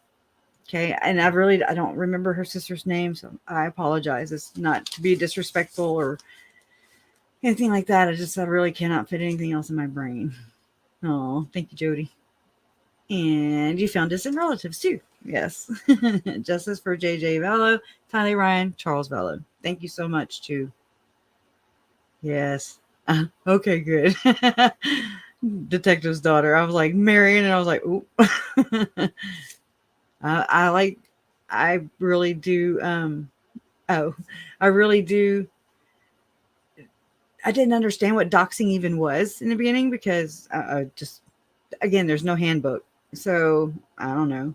I used to, they're still in my videos, just screenshots, people's names on them, Thank you. It's an honor to know you too. Kind of virtually. Love it. I have friends here and I find healing here. I find answers here. I find a soft place to land. Y'all let me rant and bitch and be silly and goofy, and y'all dealt with my internet connections or lack thereof for 2 years. Thank you, Jesus. That's fixed. I fixed it. Anyways, this is from Sarah Turney, and she had written it. I think it was from Twitter, and this was like a couple of years ago. So she says, quote, "Something that you will hear me talk about regularly is trauma-informed true crime. Trauma-informed true crime. True crime as a genre is incredibly popular right now, and unfortunately can also be very harmful to victims and their families as a consequence of this popularity. Victims will often be re-victimized, triggered, and even targeted because of it. Some may be blamed, and some second guessed. Families may also be threatened. Consent to share is usually not given. For the most part, no. Not even credit. Not even, hey, thanks. Grabbing some of your family clip there, you know. Oh. Consent to share is usually not given, but often taken. Our stories, very often, stories are stolen and exploited. As a consumer, you have the responsibility, and I'm going to add power and ability to change how, quote, true crime content is shared and produced by being conscious and considerate consumers. Some things to look out for.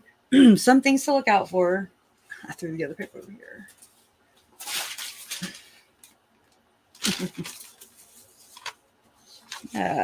Page two. Okay. All right.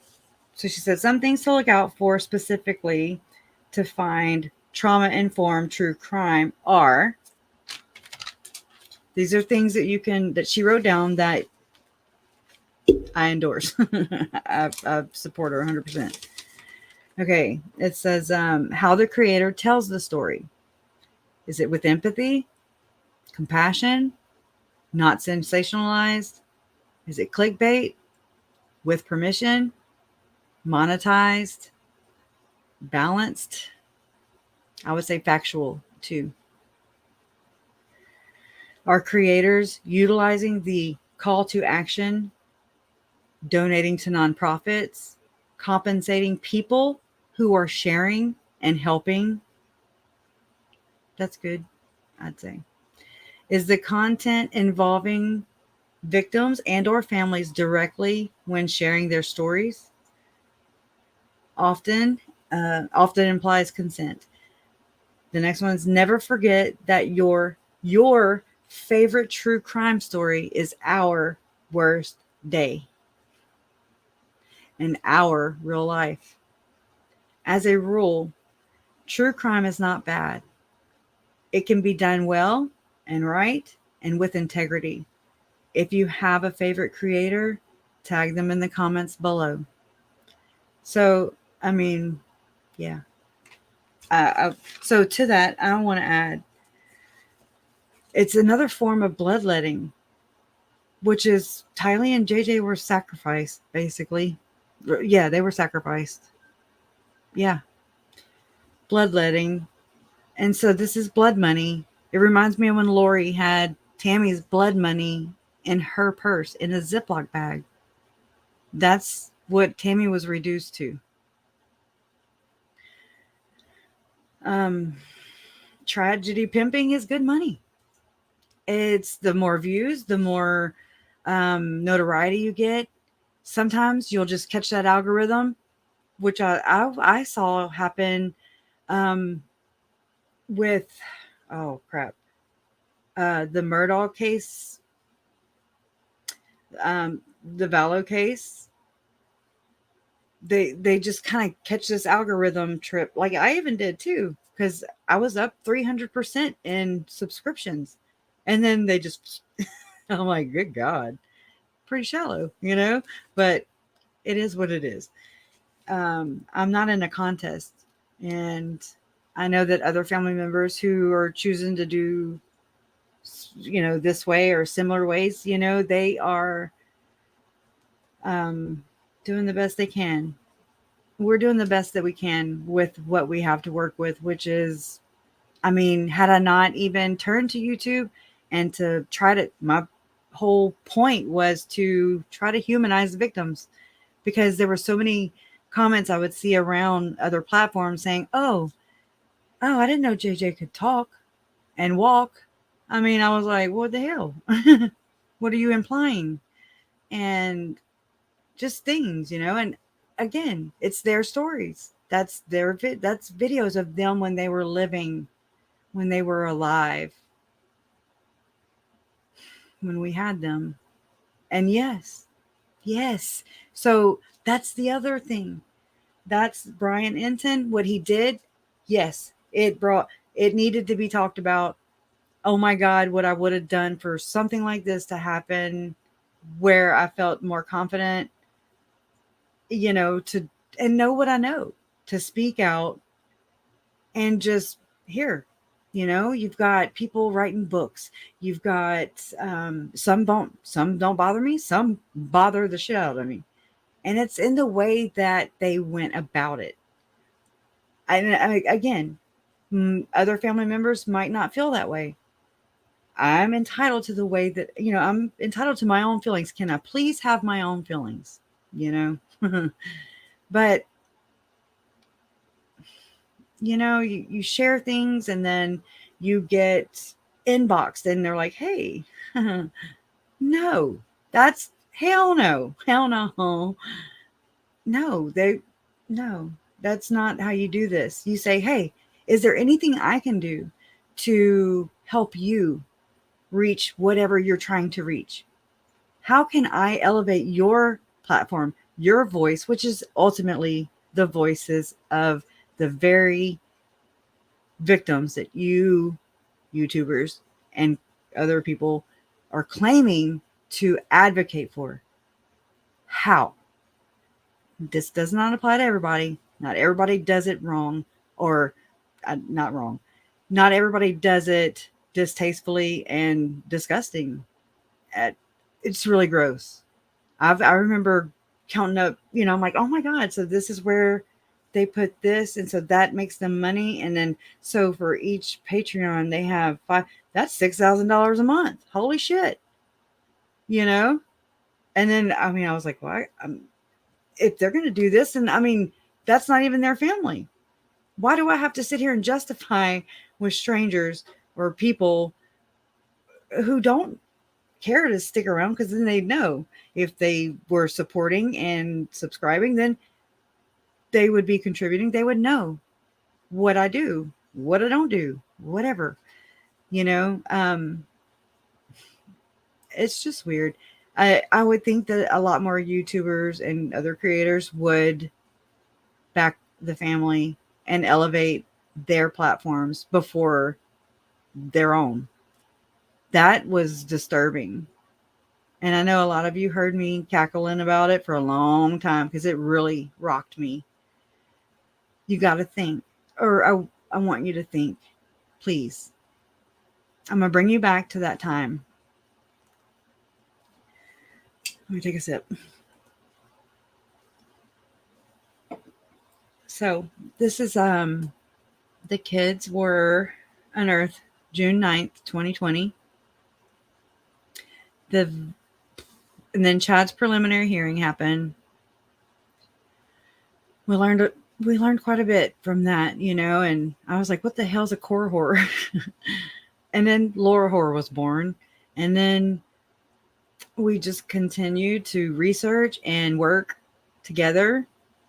And even with hoarded information, which was weird. It's weird. I don't understand that. One thing I did want to do along the way was have a library or a one-stop shop where it didn't even, I didn't even think about the cost or whatever at that point. I was just like, it would be nice to have all these jerks books and things available so that you don't support them. I'm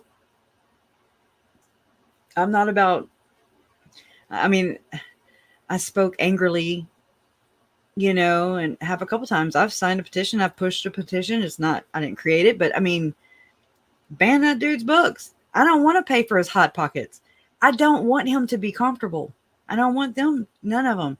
I don't want Melanie Gibb coming out as a cult, like Steve Hassan and Rick Ross. Can you freaking imagine? Or Zalema. She's more into that. Okay. I don't want these idiots, these assholes, these deplorable people who lack a moral compass and heart and all kinds of other things I don't want those people making money off of the very people that they, if they did not have a part in their murdering, in the murdering of the kids and my family, they all worked in harmony, in concert, in my opinion. They all knew a little bit. They all knew what was going on. They don't have an ethical bone in their body. I feel sorry for them in that sense. You know, I really do. I'm just like, you're gonna have to live this one over again. Multiple mortal probations, right? Because you f this one up early. But that's on them. You know, that's on them. Now, had just like Zap Girl, had she come out with a really genuine apology, if you will. Thank you. I didn't read the. I never read the end of them at first. ADHD. Thank you so much. I appreciate you being here. Always. I always want to say Liza Joe or Liza. I had a friend named Liza in high school, but yeah,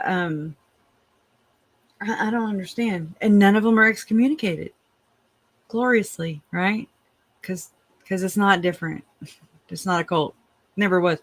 Never was going to be a cult. Anyways,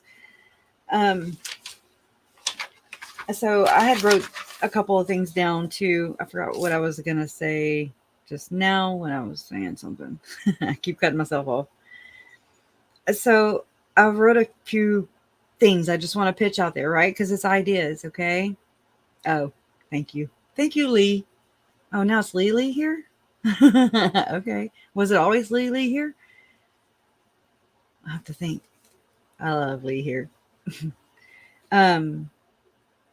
Like, okay, other ways that you can hold people accountable. I don't know how. I'm just, again, it may not apply to the situation, but you know, it's making me think of these things. And one of them is abuse of a corpse. I mean, can the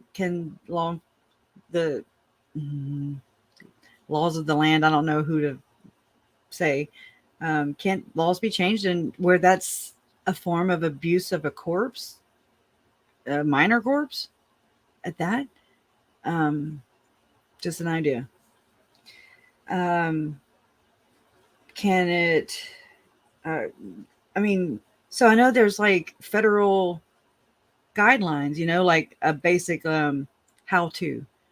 And then I think each state like makes their own statutes and stuff. Chinster gets convicted and sent to max security death row. They're saving a seat for him. Right, Mary? It's going to be a rude awakening. He's all into awakenings. His chakras are open. He's open portal. Uh-oh. You know what that means? Prison pockets. Okay. Right? I'm sorry. That was inappropriate, but not really. It's very appropriate. It's actually too nice for Chad. He's so gross. Anyways. I love you. Sanction. I had to write down definitions, right? I do that. I go and look for it. I'm like, so what does this mean? I've always tried to find words that, or a word that would really just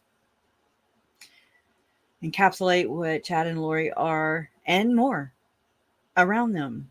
And I finally all I could come up with was evil or diabolical until I found not deplorable. Oh hell, I just messed myself up. Depravity, deprave, and it means they're just lacking morals. They're bankrupt. It's non-existent. It's not there. And so, the apology thing about if it would be genuine. If Melanie Gibb and David Warwick, let's just say this, just use them as an example. Yeah. Apologies. You know, you have Lori saying to Melanie, well, I'm sorry that you feel that way. That is projection. And that's like, I'm turning it around on you. I heard that in Natasha Cooper's, which she pushed for, she's partners with Zav Girl. And I mean, I've got personal interaction, communication between me and Zav Girl from early on. I talk. I don't have anything that is just skeletons in my closet. No, God, I'm pretty upfront with you guys. You know, I try to. There's not much mystery to me. Kind of. You know, I mean, nothing sinister, nothing nefarious, nothing like that. But as real as I can be with you in a public setting without,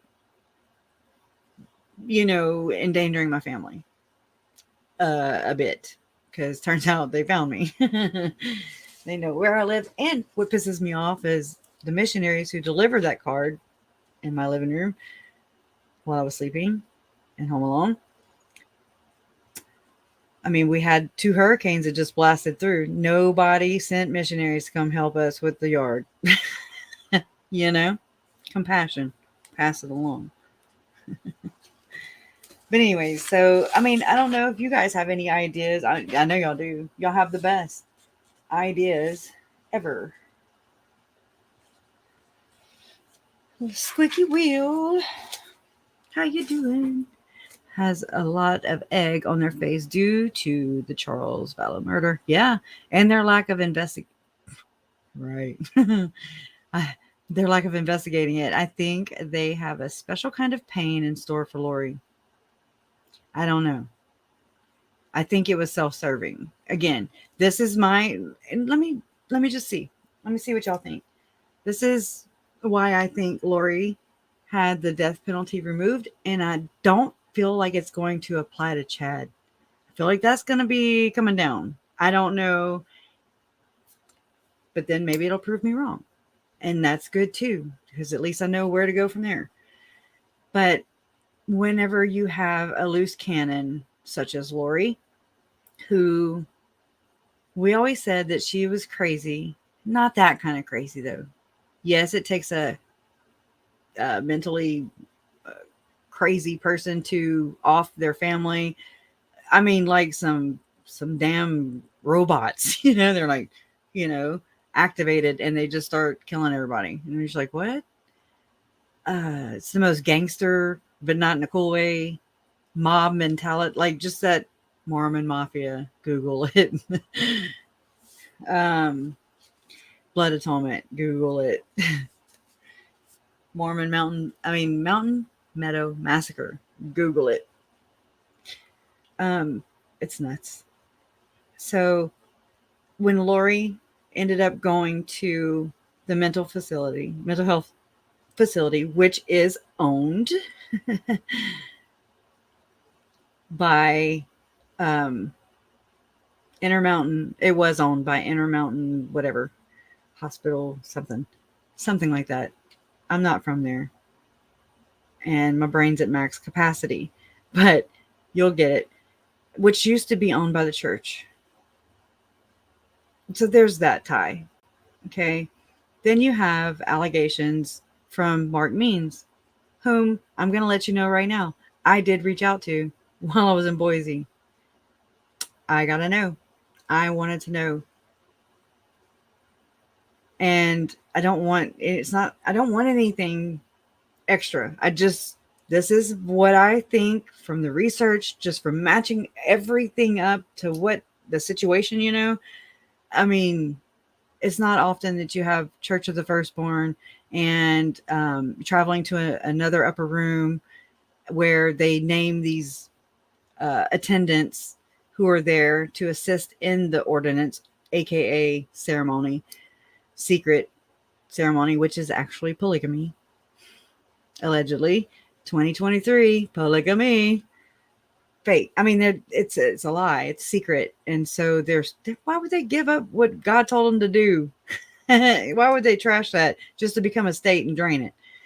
That doesn't make sense. So anyway, I really do feel like the church is responsible, in my opinion, allegedly, for actually calling out which is sending an invitation, in my opinion, to Jason Mao, maybe. And he's a gatherer, you know. What? You're one of us, girl. And so he gathers them up. Point person is Melanie Gibb. They meet at the temple. I was right on that. Not the 18th, though. Can't prove it. Like they would tell me anyways. There were many more temple visits around the ones that they did release. They just didn't, they weren't relevant. Well, they're relevant to me. I want to see them damn papers. I want to see them. I don't qualify. Anyways, I don't know how that works. But I remember KJ talking about it, and I was like, oh, I want to see them. That'd be the only reason I'd go up there. I don't even want to.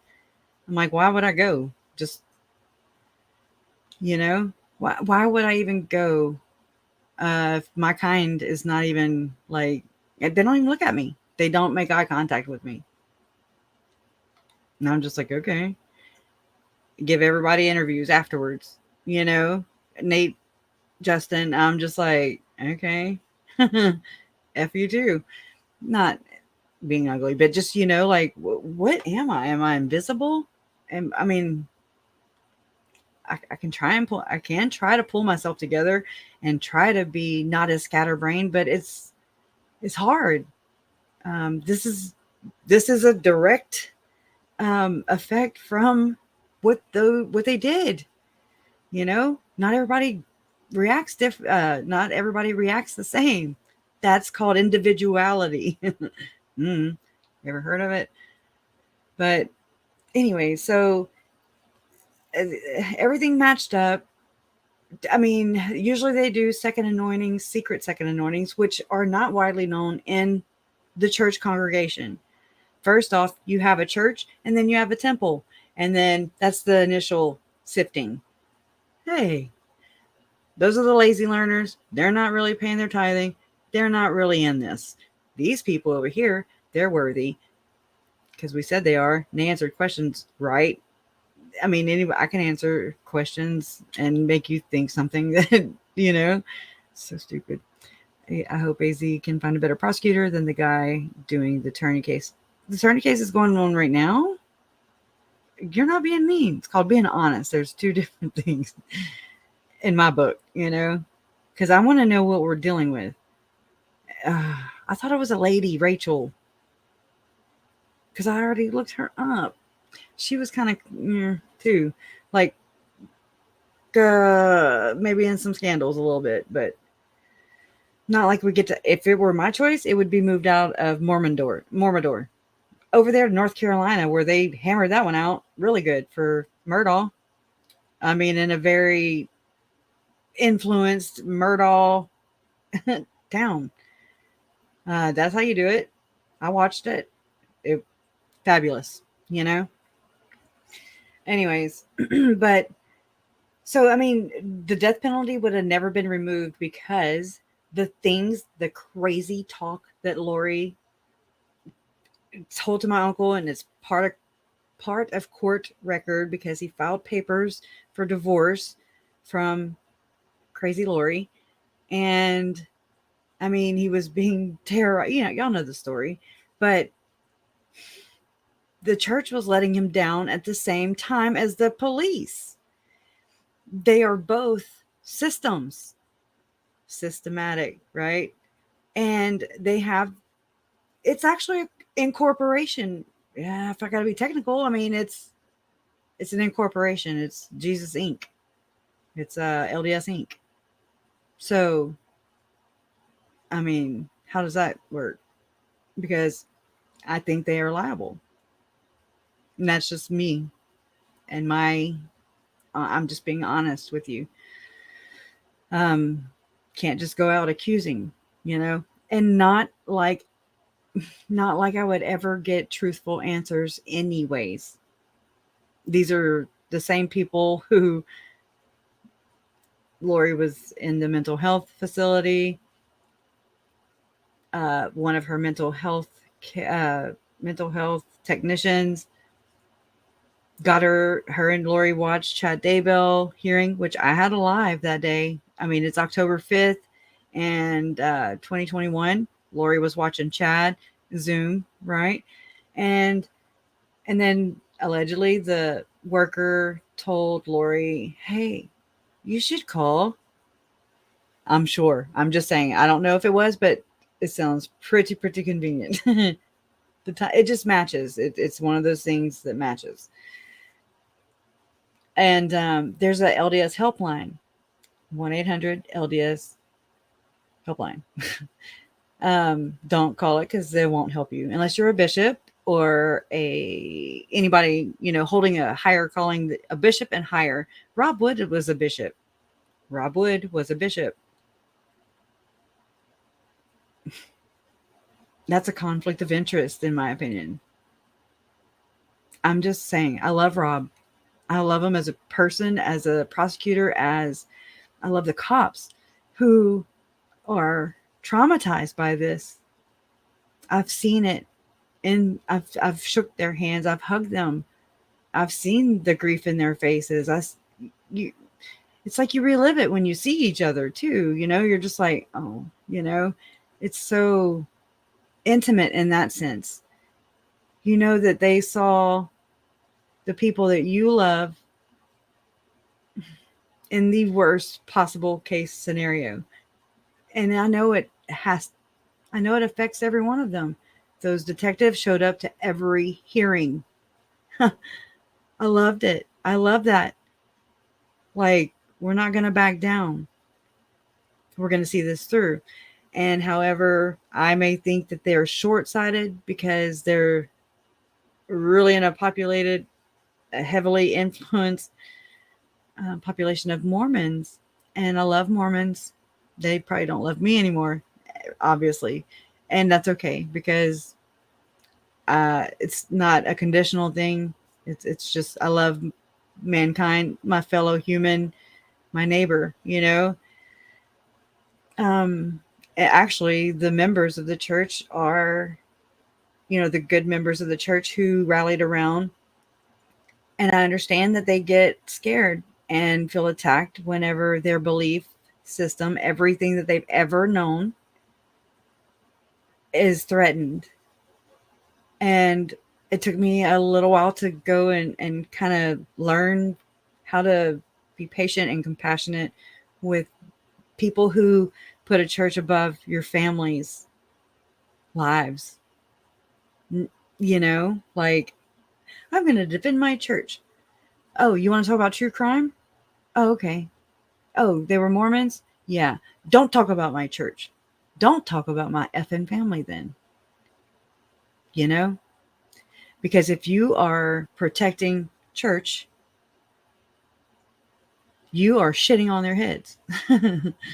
Just saying, the church was not there. Or were they? I'll leave that right where that's at.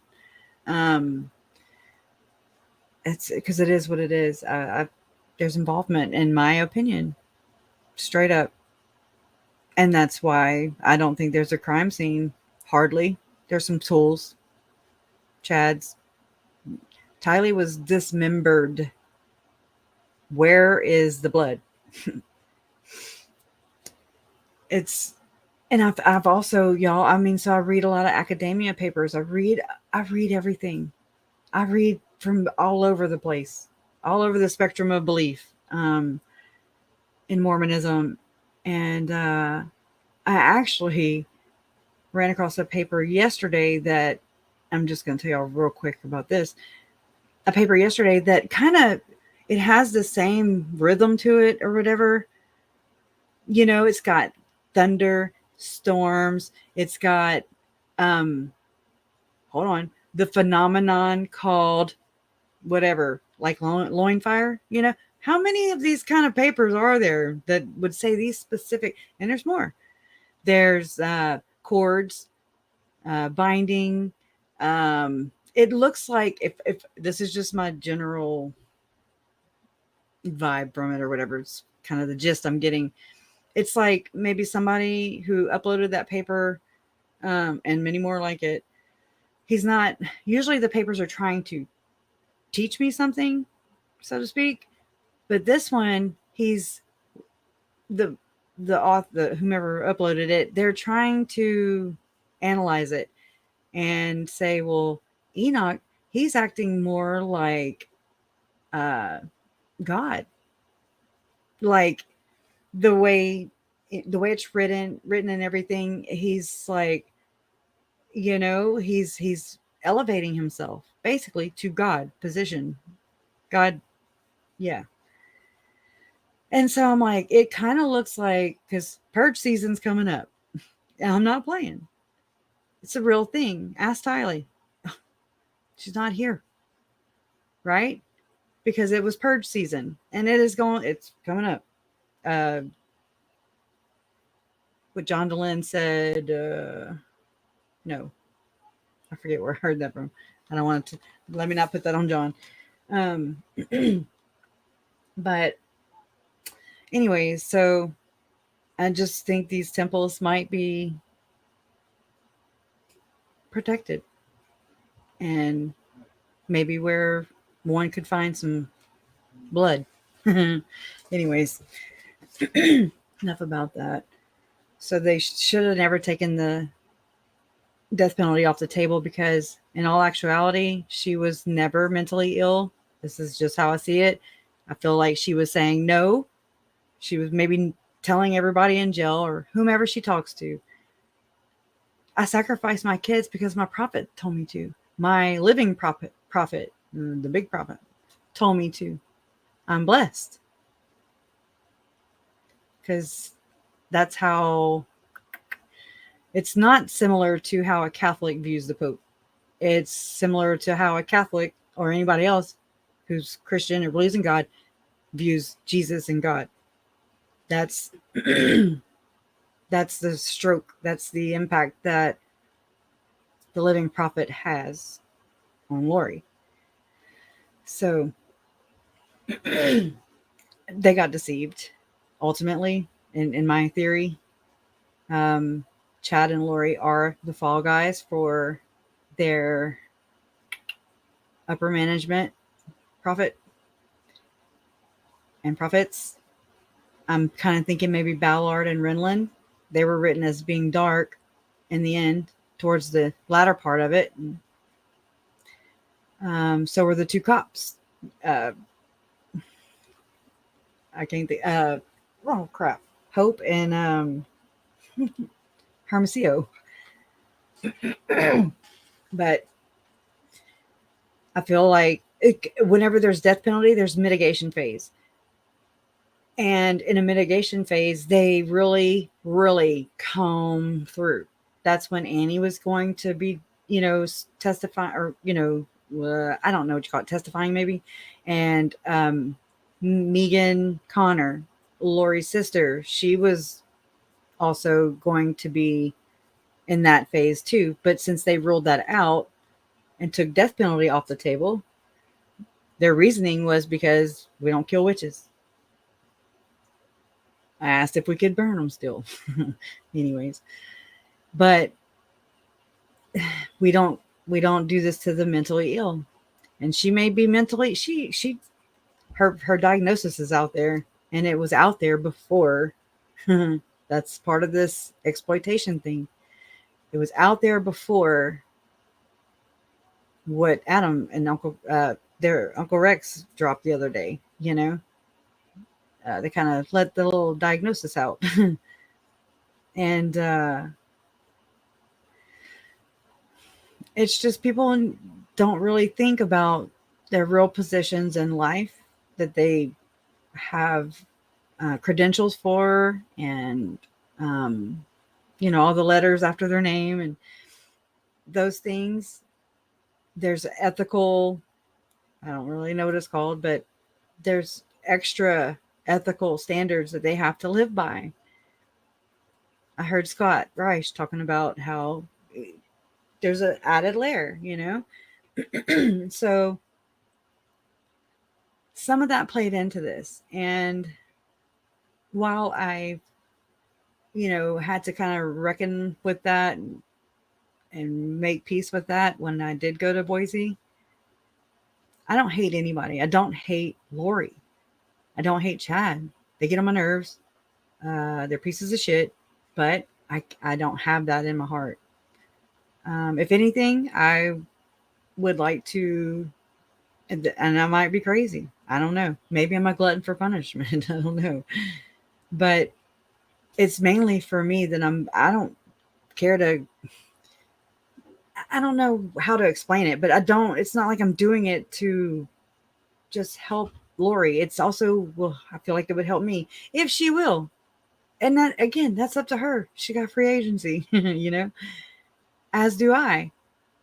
All I can do is ask. All I can do is try to see her or hers, you know what I mean? Like her allow me, you know what I mean? Like accept the invitation. And I just want to ask her Mormon questions, which I think she likes to talk about.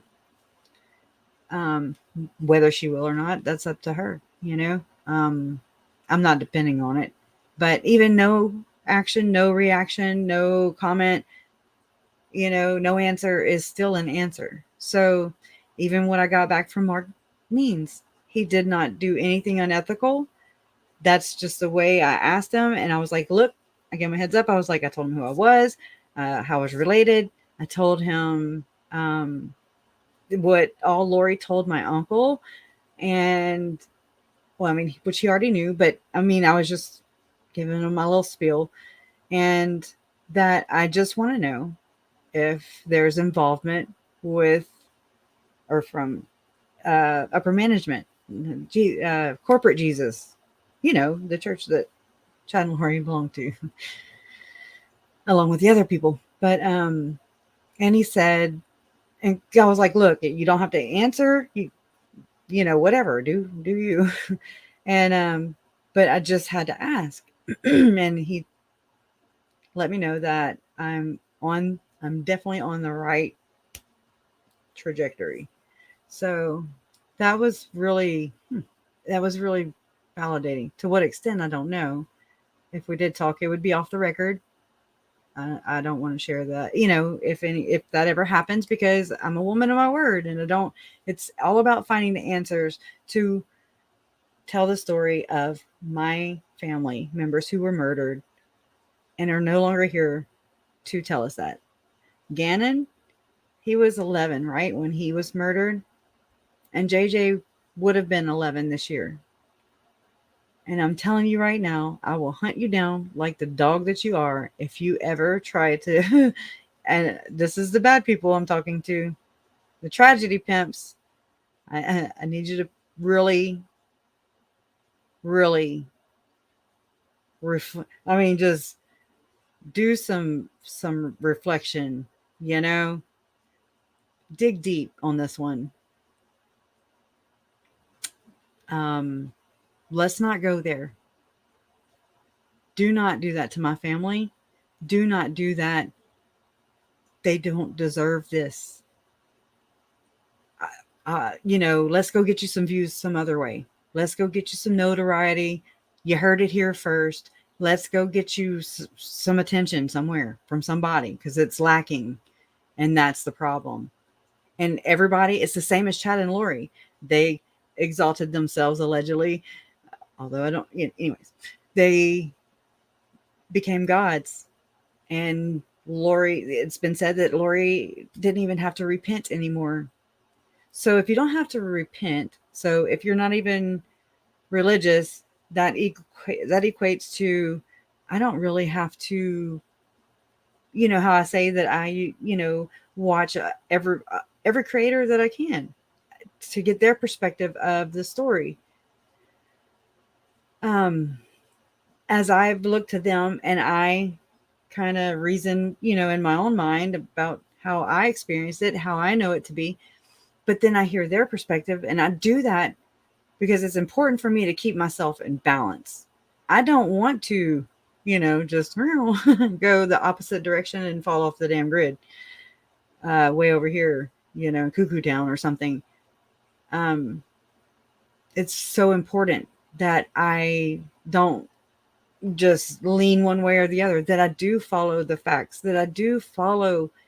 A lot of it is my intuition. A lot of it I feel is my uncle. A lot of this is is I just kind of roll with the punches, you know? I don't ever try to force anything. But because that's the only way their stories will ever be told and ever be learned. It's not going to be some authoritative, you know, a judge or a prosecutor or a defense attorney saying, hey, this is what happened. No, that's kind of what happened. Where's the rest of the story?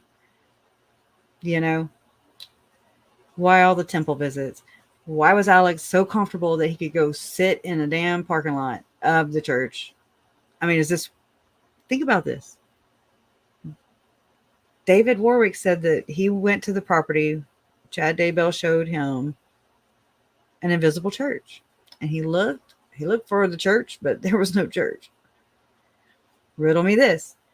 Why would Chad and Lori be building an invisible church right there basically in the church's backyard?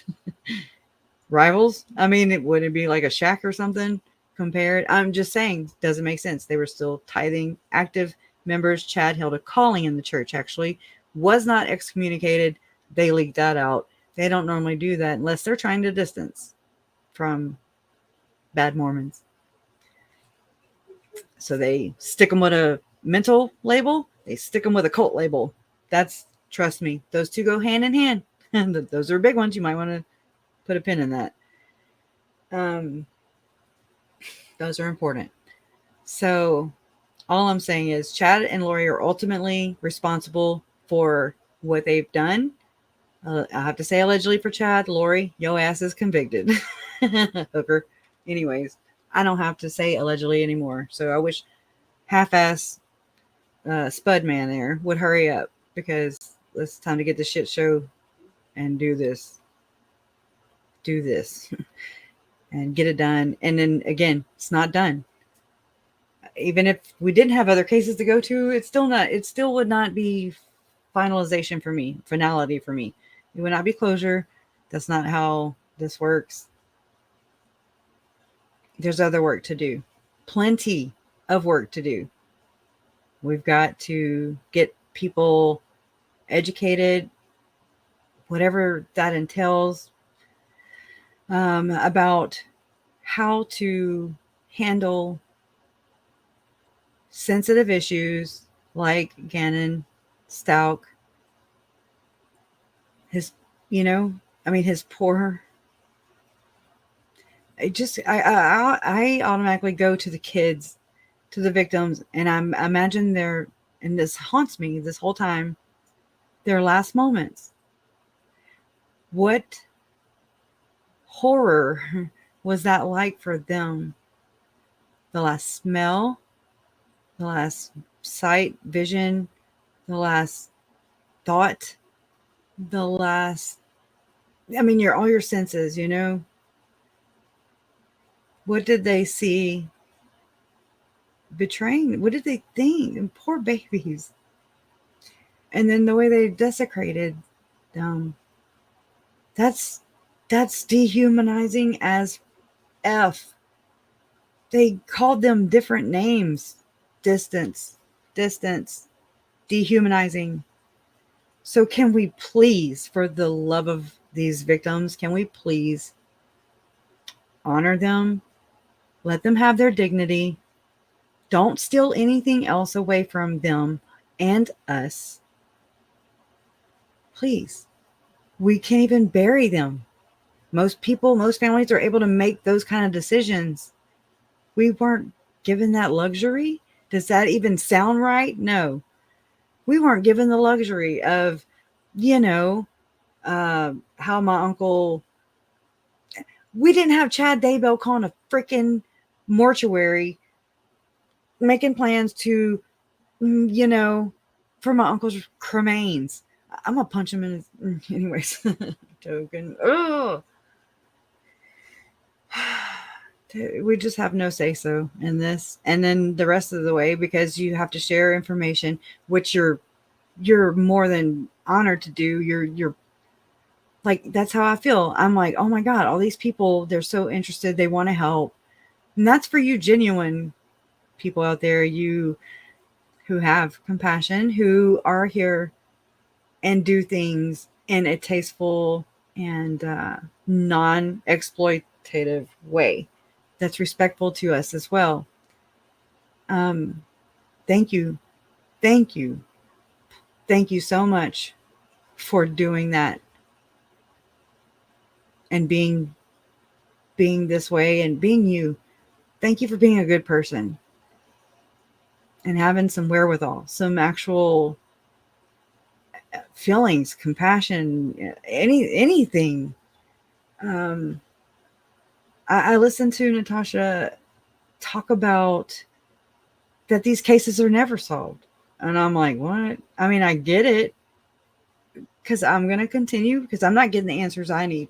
Mine's more on the spiritual. Mine's to basically, it would prove whether the church is involved with setting Lori and Chad up initially, knowing that they were sealed to other members of their church and their own spouses.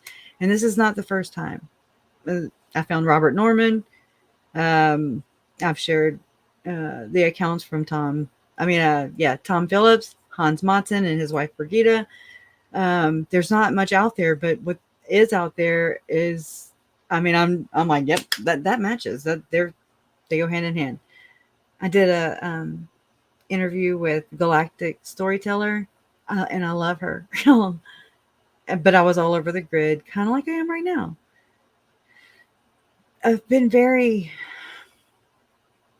it's just, all I can say is it's like I sense something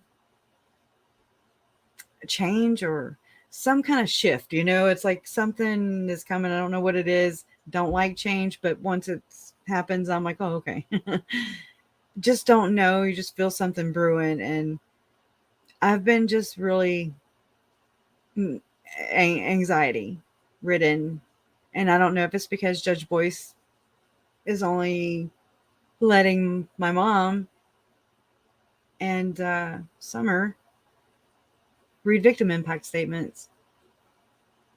So I'm with KJ. I have thought about getting Larry. I didn't build this just for me. I did it for Tylee and JJ and Charles. And then, I got to a point where I was like, okay, it's okay for me I don't want to overstep my boundaries or anything. I don't want to, make Tammy's family mad or disappointed or upset with me, because I'm most likely not representing Tammy in the way they would maybe want me to, being members of the church and everything. I would never want to cause any pain or any more pain to another family member in our circle.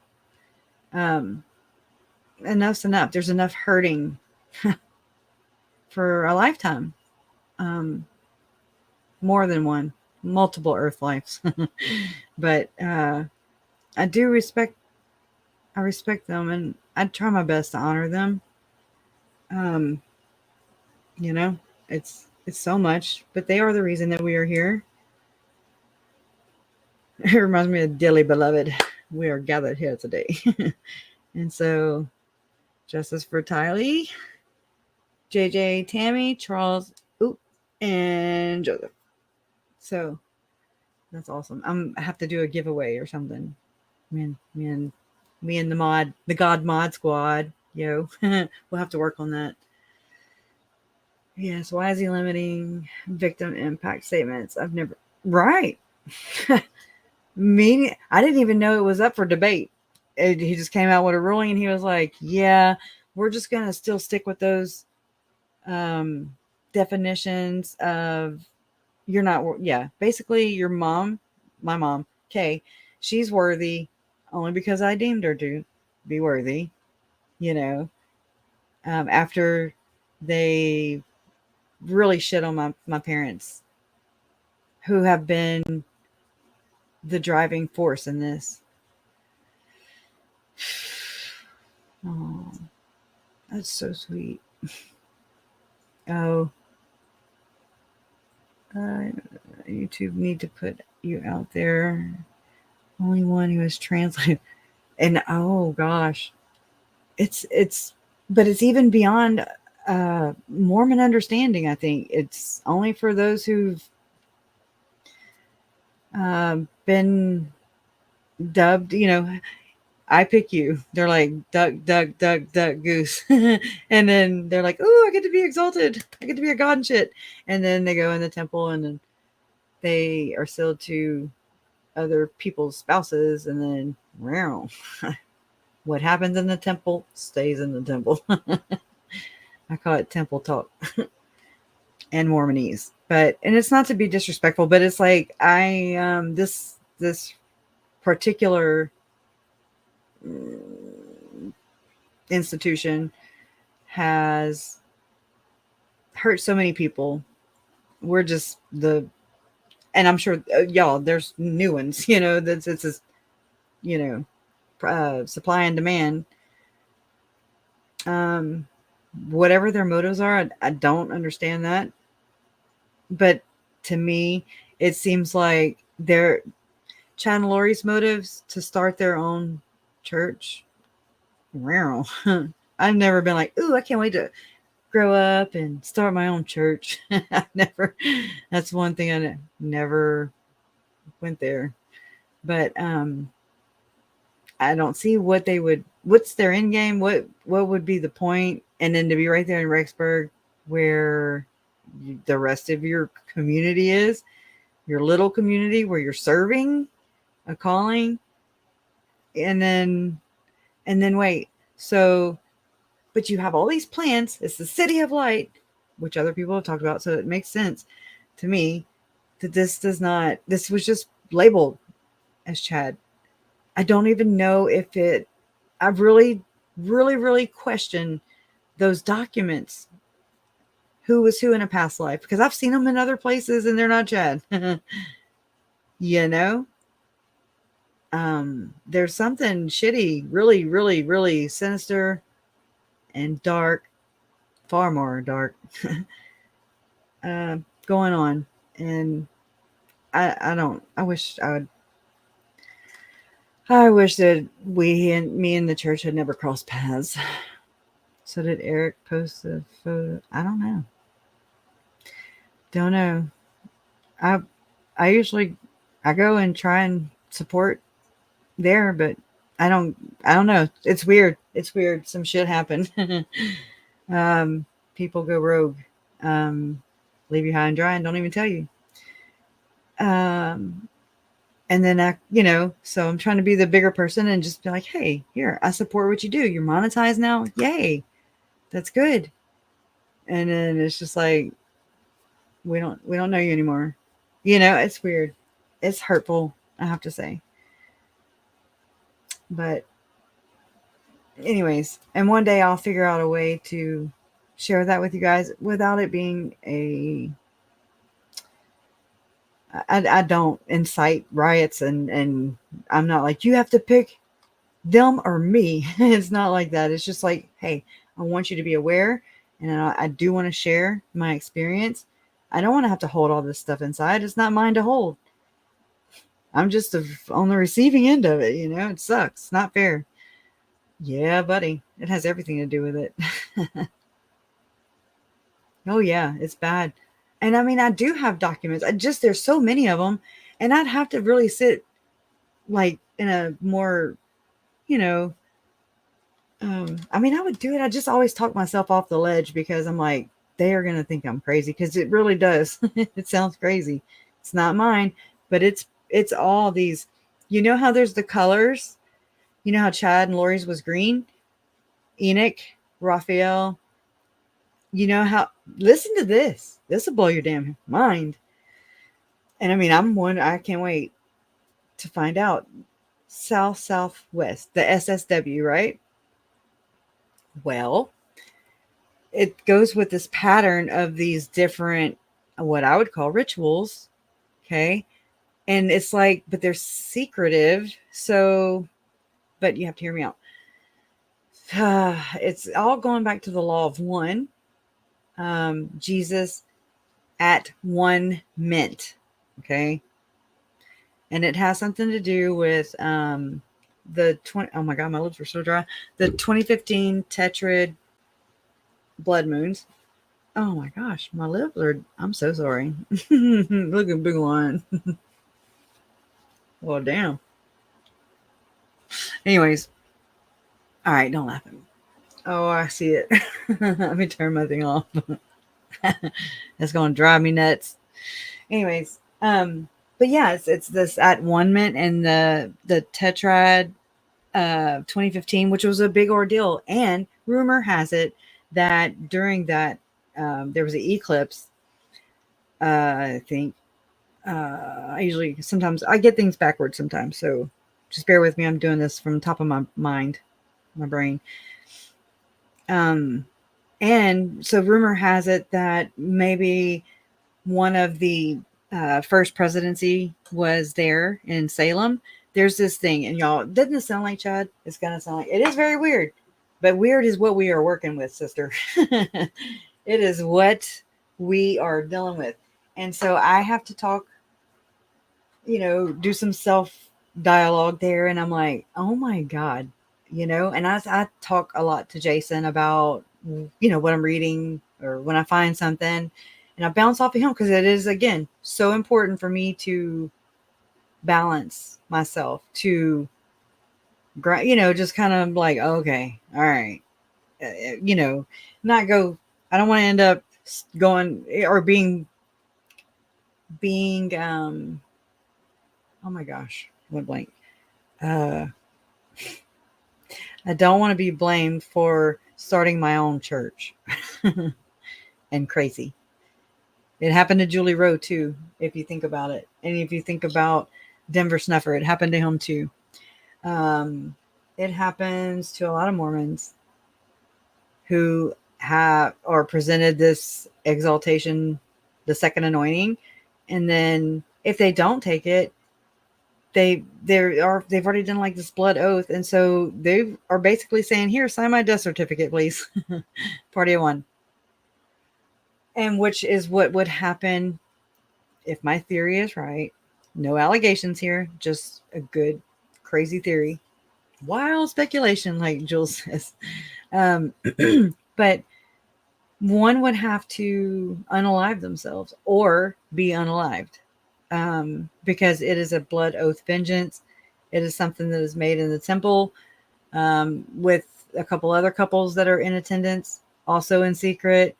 And they do the second anointing, which they do a mock or whatever. What I understand to be is how Mary washed Jesus's feet.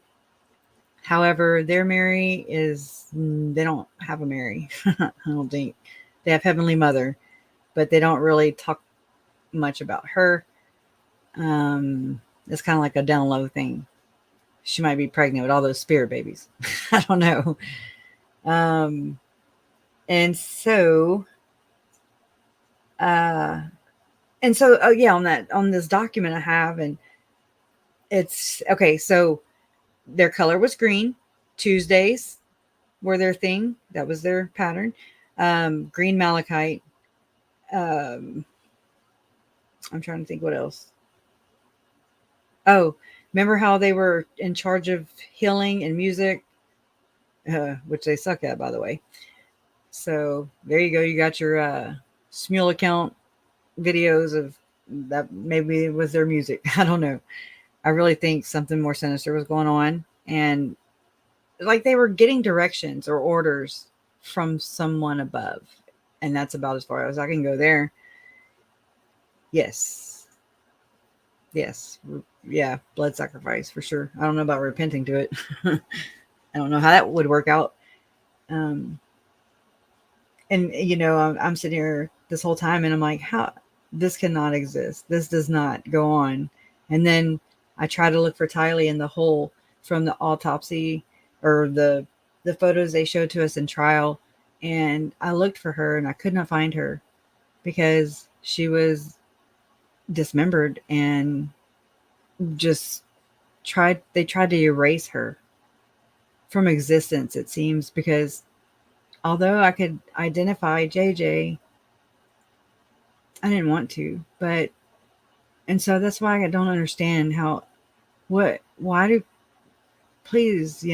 people want to see I mean, there's a way to go about it, and it's definitely not to promote your Patreon conveniently right when you heard it here first, dropping a post, dropping a bombshell. You're going to get a lot of views, and you're going to get a lot of money and a lot of YouTube kudos and no respect, none.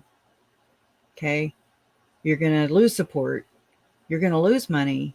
You're losing credibility. You're losing your reputation is going to shit. And you can blame nobody but yourself, because you have to be accountable for the shit that you put out there. Just like I do.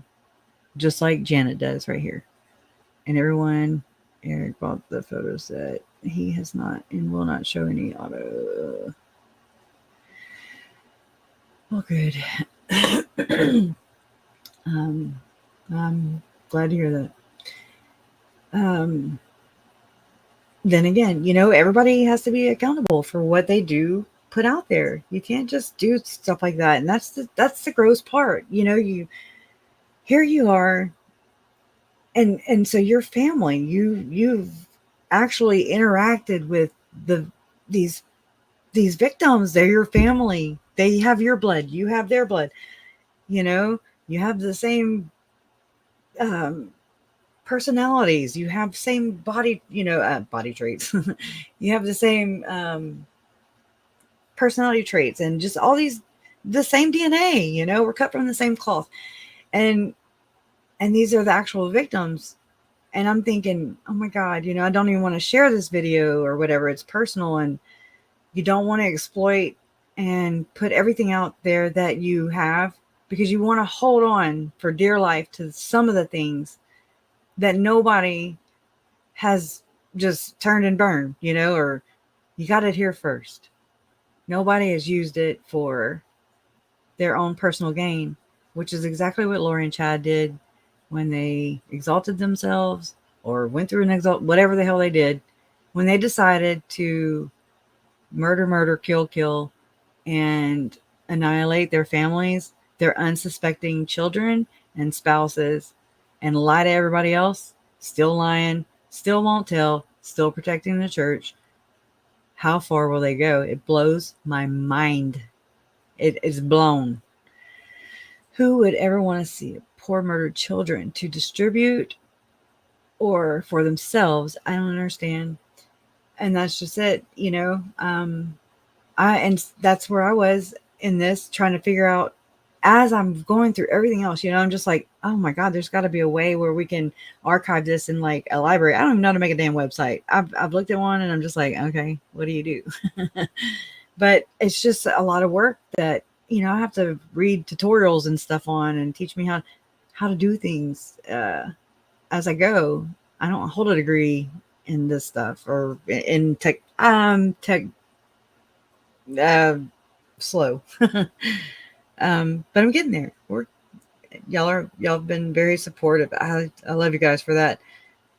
That's one less stress I have to worry about, is my internet, running out of bandwidth and kicking me out and screwing up my streams. I'm scattered enough, but yeah, I bought a new tower, a new router or whatever. It's all to itself. I got to pay a whole nother bill, but it works. And I mean, I was at that point, 2 years of all that crap. I was like, well, I don't care. Something's wrong. So anyways, I don't know who, but hopefully it's nobody that you subscribe to. It's nobody that you endorse. It's nobody who, even in their apologies and their public statements, even in those, you only hear me, me, me, me, me, me, money, money, money, me, me, me. I listened. You don't hear any kind of, if you're not doing anything wrong, legitimately, just like Lori, if what she did was in fact her God told her to, she's righteous, right? Why are you hiding? Why are you lying? Why are you dirty deleting? Why are you not just saying, this is the truth and I stand in truth? I'm a warrior. You know, that's, we see right through. I see right through. Y'all, we're not stupid. You know, was born at night, but not last night. Right? It's kind of the wrong genre to be effing with. You don't be playing people. This is what we do. But that's not cool. So I've not heard anything like, oh, maybe I am wrong. I'm so sorry. Oh my, a genuine, oh my God, I don't know what got me. But the thing is, there's patterns. Annie Elise, okay? It's a fine line too. Creators need and deserve and have to make money. We put money into this. I mean, just the past 2 months was the first time I was in the positive. And it's only because of the trial, I think, because, you know, I had a quick uptick, but it was only because of the trial. And so while I'm appreciative of that, you know, it's hard to kind of gauge where, I mean, I can only put so much out about Lori and Chad, you know. I really would love to explain more in detail where I can get you from point A to point, or how I got here, you know. That was my biggest thing in the beginning.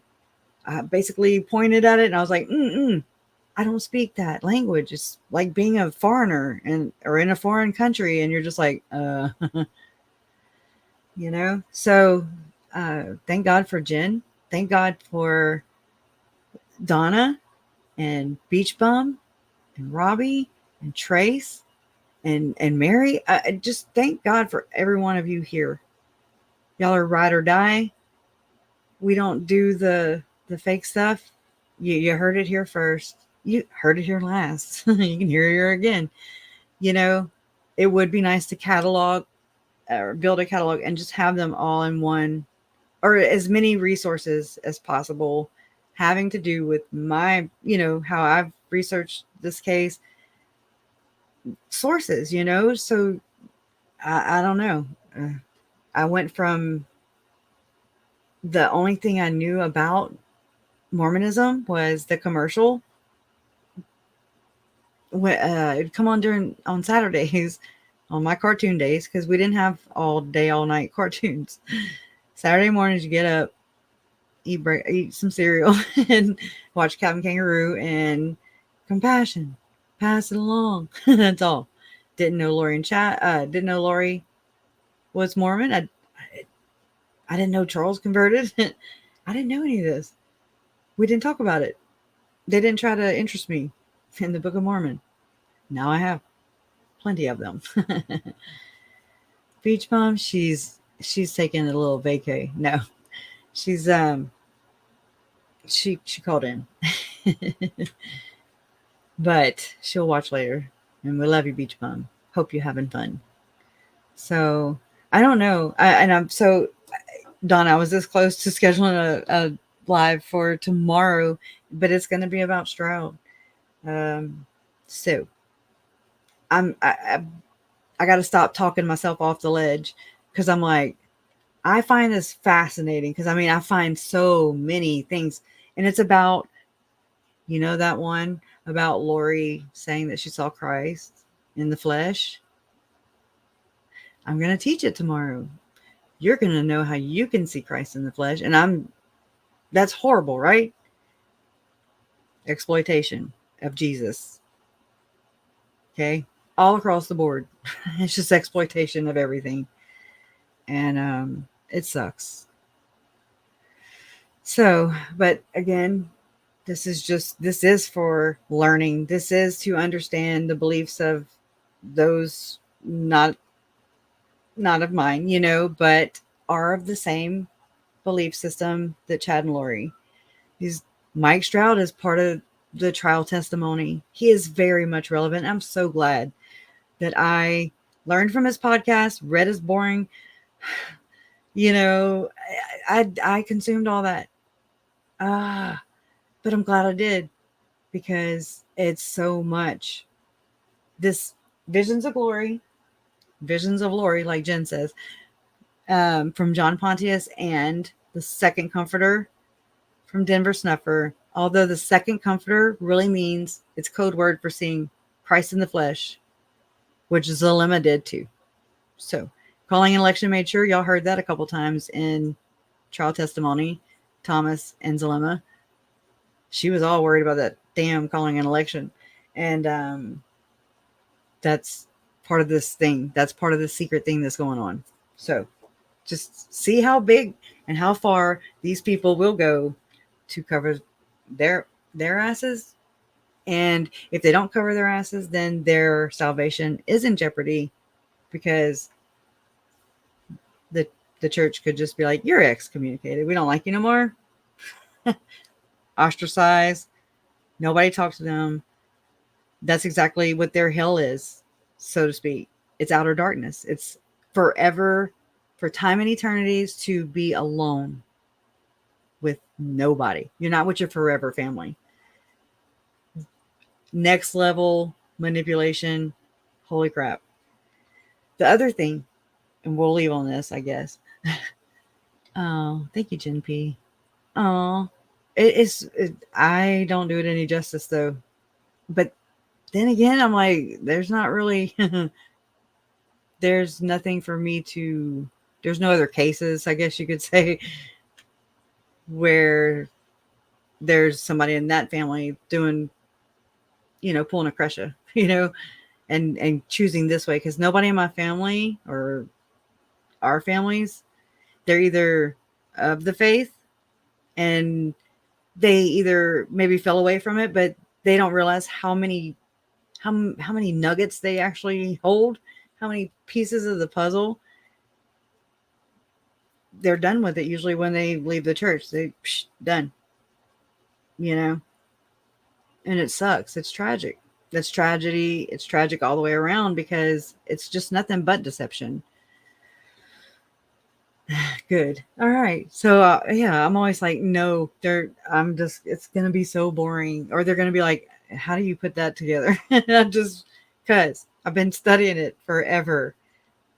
And you can't deny it. I can't. If I am, put me in check. I am not above anybody else. Put me in check. It's okay. I know how to do that. I'm not above that. When we think that we are immune to criticism, there's your sign. You might want to step away. Maybe not say that you're doing this for advocating for the victims. You might want to change that, because your actions and your words are not lining up. You need those to line up. Then you can maybe be balanced and make good decisions that are respectful to the victims, the victim family members, and to your community, to society, period. And for those who, support your favorite creators, really support the smaller ones. They really do bust their asses. You spend a lot of time editing, and there's so much to do. I don't know how people do it. I'm just like, oh, I'm just trying to, I'm just floating. I don't know. But it'll happen, and it has, and it's great. It's just how it's supposed to be, whatever. We're only one person, and it'll get done when it's time. But support those who are doing and exhibiting good, ethical, and moral, just I lost my train of thought. Respectful to the dead, to their content. You don't bite the hand that's feeding you. Because of the victims, not because of the murderers. Those two. But let's stop praising the murderers. Let's start really honoring the victims. That I would be nice to see more of that. It's like people learn the story and then they're like, okay, I've heard it once. But I love to talk about them. Whenever I'm no longer talk about them, that's when they truly die. I I don't know if I can handle that. So, uh, wait, what? I'm going to smoke a cigarette. But yeah, thank you. You gotta. Oh, I'd be a terrible mod too. I might block on accident. I never block on purpose. I don't, unless it's, I mean, it has to be, you know, you just really have to come in here just being an asshole, like totally disrupting things. But it's not my thing to silence people. Not everybody is going to agree. You never know what that person's day is like. You know, keep these things in mind. We are, when I'm not on here, I am behind my keyboard. I'm a keyboard warrior too. Now, I'm not talking a lot of shit. I'm not talking any shit. But just let's be kind to each other and support those who are doing good and right. And let's not treat those who are choosing the not so good path. Let's try to educate them. Let's try to get them on board, because we really need everybody we can get. And there's enough for everybody. There's enough dead people pictures for everybody. Okay. That's bad, huh? We got enough to go around. There's more going to come in, more victims coming soon. Anyways, that I just went real negative real fast. Sorry. Love you guys. Thank y'all for being here. Justice will never end for Gannon and his family. I mean, they deserve this. My family, other victim member, I always get that screwed up. Other victims, family members, we're having to carry the burden. We don't know how. We don't know what we're doing. We've never done this before. So please help and watch our backs as well. If you see something, say something. Don't be scared of the report. F it. It is what it is. You did your part. So just, I don't tolerate people just really bullying up on other people, and it does no good. It's not constructive. It needs to be constructive. Love always wins. Yes. Thank God. And then we'll figure out something for the bracelets. Love you.